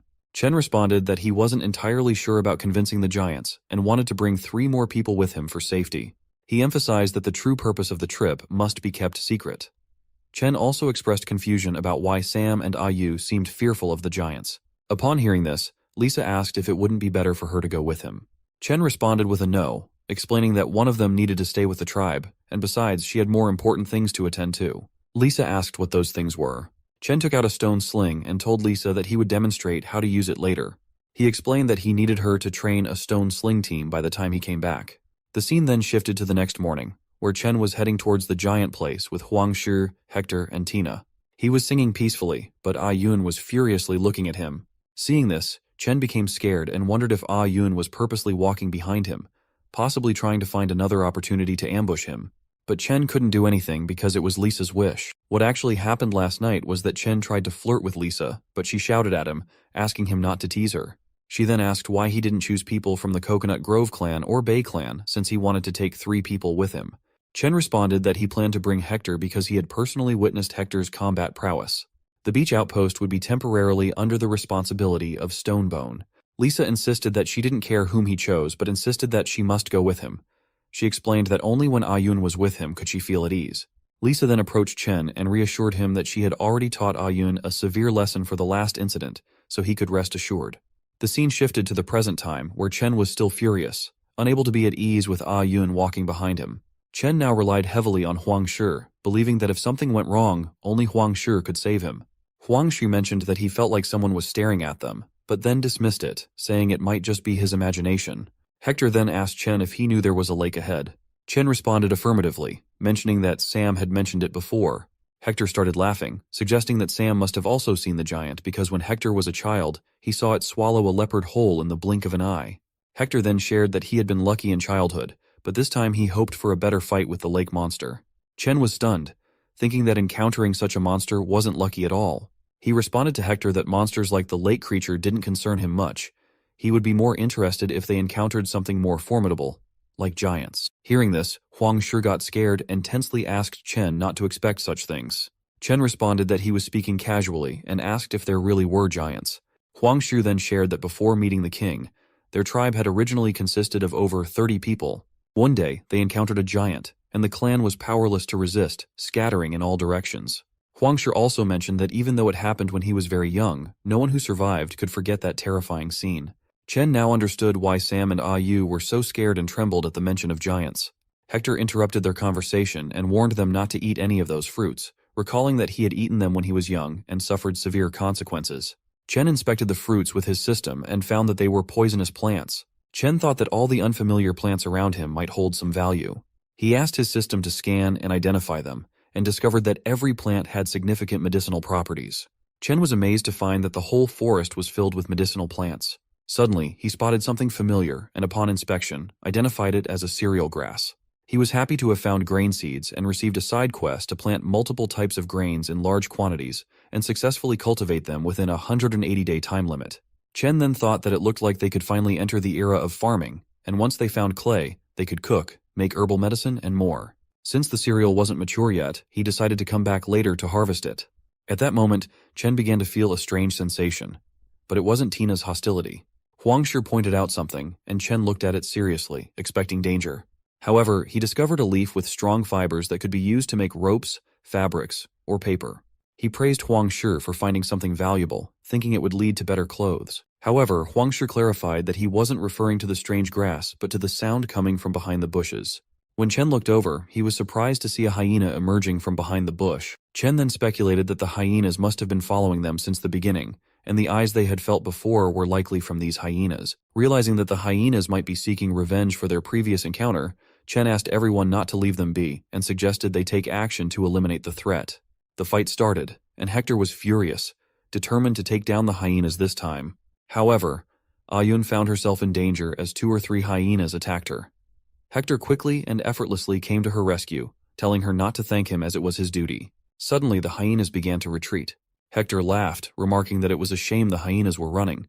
However, Chen shouted, urging them not to let the hyenas escape, as he didn't want to continue being ambushed repeatedly. They started chasing the hyenas, but Chen quickly realized that even with his agility boosted by 2 points, he could barely keep up with their pace, making it impractical to continue the pursuit. Suddenly, Chen felt an eerie quietness behind him. When he turned around, he was shocked to see Ayun captured by an unknown type of plant monster. Chen wondered what it was, and upon investigating, he discovered it was a Crimson King flower, a large herbaceous plant that secreted corrosive mucus from its center and actively preyed on nearby animals for consumption. Chen was shocked to realize it was a man-eating flower. He felt tense, realizing that first there were saber-toothed tigers, then giants, and now a man-eating plant. They were straying further and further from his understanding of the primitive age. Ayun tried to use her bone knife, but it slipped from her grasp, falling into the flower's mouth where it dissolved instantly. Everyone was shocked at this sight. Chen shouted and urgently asked Huangshi and Hector why they were standing around and told them to go and save Tina. Huangshi responded that they were not refusing to help. They too had been ensnared by the strange creature. Chen quickly began cutting through the vines of the flower, urging Ayun to hold on until he could reach her. Ayun shouted and asked Chen to forget about her, urging him to go and save Hector and Huangshi and escape. Before Chen could reach her, she was engulfed by the man-eating flower. Chen was now filled with fury but resolved to at least save Hector and Huangshi. To his surprise, hyenas also attacked from the rear. Hector played a crucial role by throwing something at the hyenas to knock them back. He shouted to Chen not to come closer, warning that it was a trap set by the hyenas. Huang also told Chen to run, reassuring him that he could make it alone and they would try to stall the hyenas for as long as possible. Meanwhile, Chen continued to struggle against the vines, noticing that they weren't fast but that the hyenas were taking advantage of his distraction. Suddenly, he realized they were near dead trees. Taking a gamble, Chen took out some flint and struck it against the trees, igniting them. He knew that there was no creature that couldn't be dealt with a good oil barbecue. The vines began to burn, and Chen managed to rescue Ayun from the mouth of the man-eating flower. When Ayun emerged, Chen asked her tensely if she was okay, and if she could still move, emphasizing that time was running out and they still needed to rescue Huangshi. Tina's dress had been torn from the ordeal, so Chen gave her his royal dress to cover herself. After successfully rescuing everyone, they started running away. Chen continued to throw flintstones at trees, causing them to burn, ensuring they didn't have to worry about hyenas lurking behind. Suddenly, Chen spotted water ahead.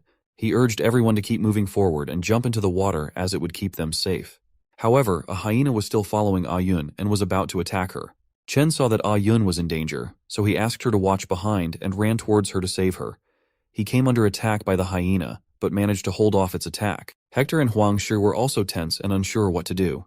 Chen urgently told everyone to run away as the fire was spreading quickly. He assured them he would follow right behind, though he was worried about wearing down the hyena before the fire reached them. Suddenly, an arrow appeared out of nowhere and struck the hyena, killing it instantly. When Chen turned back to see who had shot the arrow, to his surprise, it was Tina. He noticed that her talent for archery had been activated. Chen asked Ayun if she knew how to use a bow, and she responded that she had learned by watching him earlier. Ayun explained that she had twisted her ankle and was low on strength, unable to make it out on her own, urging the others to save themselves. Chen shouted at her, dismissing her suggestion as nonsense, and then lifted her onto his back, starting to run. Hector urged Chen to hurry up as time was running out. He also asked Huangshi if he wanted to reach faster, suggesting that Huangshi could carry him with his strength, but Huangshi declined. As Chen continued running, Ayun suddenly told him that she had planned to use this opportunity to accuse him, asking if he had planned the bull attack on their Coconut Grove clan. Chen asked her why she would think that. Ayun responded that she already knew he wouldn't admit it. She also mentioned that on the day the bulls entered their territory, they were already injured. However, their weapons couldn't cut through the tough bull hide, so who had injured them? Chen's people seemed particularly skilled at handling these bulls, which heightened her suspicions. But she knew these suspicions wouldn't convince the queen, so she proceeded with the assassination attempt. Ayun then pressed her bone knife against Chen's neck, asking if she attacked now. He wouldn't be able to resist, right? Or he could simply leave her in the fire and be done with the trouble once and for all. Chen asked her to hold him tight as they were nearing the edge, promising that afterward she could deal with him however she wanted. Ayun agreed, saying she would let it go for now but would keep an eye on him. She warned that if he ever betrayed Lisa or the Coconut Grove clan, she would kill him. Chen asked if that was settled, then accepted it. Ayun grew frustrated that Chen was so stubborn and still wouldn't admit it. Finally, they jumped into the water and escaped from the fire. At that moment, Chen realized that with 2 members of their group unable to move, they would have to postpone their search for the giant for now. Chen instructed everyone to return to the place where they had found a bunch of plants, as they would need more of those herbs. The scene then shifted to some time later, where Huangshi was very relieved after applying the medicinal herb and feeling no pain. Chen asked Huangshi and Ayun to rest for a while he and Hector went to gather more herbs. While they were collecting more herbs, Hector suddenly caught the scent of hyenas and wondered if he had picked it up during the fight. Out of nowhere, Chen spotted some baby hyenas in front of them and realized the hyenas weren't seeking revenge. They were protecting their young, feeling threatened. Chen saw an opportunity to tame the hyenas as hunting dogs and happily accepted the quest. As they were leaving the area, they were startled by the sound of roaring nearby. Ayun asked, "What's that sound?" But Chen recognized it and tensed, thinking they couldn't be this unlucky. A bear emerged from behind the trees, prompting Huangshi to shout in fear that it was a man-eating bear. Chen pondered their options. With 2 injured people, outrunning it was impossible. He instructed everyone to circle around and retreat while he kept the bear occupied. Hector and Ayun tried to protest, but Chen shouted at them to follow his orders without argument. He insisted they would only slow him down and stressed that they had only one chance to survive, so they must obey him. Chen asks Hector to get Ayun and Huang Shi to safety. Chen starts fighting the bear while everyone else runs away. Chen finds himself face to face with the bear. He attacks, but the bear strikes back, sending Chen flying through the air and injuring him slightly. Tor sees this and becomes worried. He tells Huang Shi and Ayun to take the little hyenas back, while he goes to help the king. Huang Shi shouts at Hector not to intervene, having witnessed Chen's formidable strength firsthand. He believes even the strongest opponent couldn't defeat Chen, and staying with him would only hinder Chen's movements. Huang Shi suggests they follow Chen's orders instead. Chen thinks that with his last attack he has gained the bear's attention. He decides to lure the powerful bear away and escape. Chen provokes the bear to chase him, and when the bear starts pursuing him, he runs in the opposite direction of the others to ensure their safety. After getting some distance, Chen realizes that Hector and the others have been left far behind, so he decides to evade the bear and make his escape. To his surprise, he suddenly gets attacked from behind. Chen manages to dodge the attacks and wonders who could be attacking him now. Perhaps a giant rat monster? But to his astonishment, he sees that it's the saber-toothed tiger he fought when he first arrived in this world. Even the saber-toothed tiger seemed surprised to see Chen again, but their reunion was interrupted when the bear caught up to them. Chen now found himself in a perilous situation, knowing he couldn't match the strength and speed of both enemies together. He contemplated whether to use the power of Pangu, but he knew that doing so would leave him weakened for a long time, possibly causing him to pass out for days. Moreover, even if he survived fighting the tiger and the bear in his weakened state, he feared that the giant stone clan might attack while he was vulnerable, leading to his demise. As both the bear and the saber-toothed tiger attacked Chen, he tried to maneuver away, hoping to let them engage each other in combat. Suddenly, his system detected extreme danger and activated emergency escape mode. In this mode, Chen would temporarily gain 20 agility points and convert strength to stamina for 600 seconds. However, once the mode ended, 33% of his three main attributes would be permanently reduced. As soon as the mode started, Chen felt a surge of a different kind of power, allowing him to leap into the air and dodge both attacks, causing the bear and tiger to collide with each other. Chen was impressed by his newfound lightness and explosive speed. However, the bear and tiger continued to pursue him, prompting Chen to become anxious and start running away. He wondered why they weren't fighting each other. After some time, he finally managed to lose them. Chen felt a bit disappointed, realizing that while the emergency escape mode was amazing, its cost was too high. Chen realized he had run all the way to the snowy mountain, so he decided to make use of the remaining time and search for the giant. Within moments, he covered a significant distance in one stride, grateful for the emergency escape mode that spared him from exhausting himself in the deep snow. Upon reaching the mountaintop, he finally saw someone and wondered if it was the legendary giant. After seeing the figure, Chen's system indicated that he had completed the task and received the reward. However, he now faced the second part of the giant quest, launching an attack on the giant to gain 10 attribute points. Upon reading this, Chen became furious and questioned whether the system had malfunctioned. Suddenly, one of the giant's pets sensed something, prompting Chen to quickly hide in place. Chen thought about the tempting reward of 10 attribute points and decided to give it a try by running as fast as he could. He picked up a stone and threw it towards the giant. The stone traveled slowly and hit the giant, but it was so small that the giant didn't even notice. However, the giant's pet saw the stone and started growling, sensing something amiss. Chen became very excited after completing the task and receiving the reward of 10 attribute points. However, the system then showed a third part of the quest. Chen had to take down the giant alone to earn a reward of 100 attribute points. Seeing this, Chen was torn. The prospect of gaining 100 attribute points was incredibly tempting and could significantly change his circumstances. He debated whether to attempt it. While he was still considering his options, the giant was disturbed by the growling of its pets. In anger, the giant slammed the ground and commanded them to keep quiet. The slam sent snow flying through the air, covering Chen completely. His senses were momentarily knocked out, giving him a stark realization of the giant's power. He muttered to himself that even 10,000 attribute points wouldn't be worth risking his life for. The scene shifted to the evening, a few days later, at the newbie clan territory where Lisa asked the girls from her Coconut Grove clan if they had found anything during their night patrol. The girls apologized, saying they hadn't found anyone. Lisa instructed the Coconut Grove clan girls to expand their patrol area and continue searching. Ah Yun suggested preparing for the worst, fearing Chen might be dead. This angered Lisa, who sharply told Ah Yun to stay silent, reminding her that Chen had risked his life to save them all. Suddenly, a boy from the Bei clan arrived, shouting that their king had returned. As Chen reached the territory, everyone rushed towards him, concerned about his well-being. Mia approached Chen and noticed he was with Ah Gun. She asked Ah Gun why he hadn't lit the beacon to alert them earlier, so they could have come to rescue Chen sooner. Ah Gun responded that it was King Chen's order not to make a fuss about his return. Just then, Lisa arrived and shouted at everyone to stop crowding around Chen and allow him to go back to rest. Lisa then took hold of Chen and instructed everyone to return to their respective posts. She declared that she would take care of Chen for the time being, but warned that if she found out anyone had leaked this information, there would be severe consequences. Everyone got scared and agreed to it. In the house, Chen said he was glad that Sam and the others came back safely, and that he didn't expect them to bring back hyena cubs too. Chen also asked Lisa to let Sam raise the cubs since Sam would need extra help when he goes out alone in the future. Lisa angrily told Chen to worry about himself first, and that no matter how capable he was, he should take care. Chen responded that his injuries weren't severe. He was just exhausted and would be fine after a good sleep. He said he should handle the tribe matters first. Lisa put her leg on his stomach and slowly moved it downwards.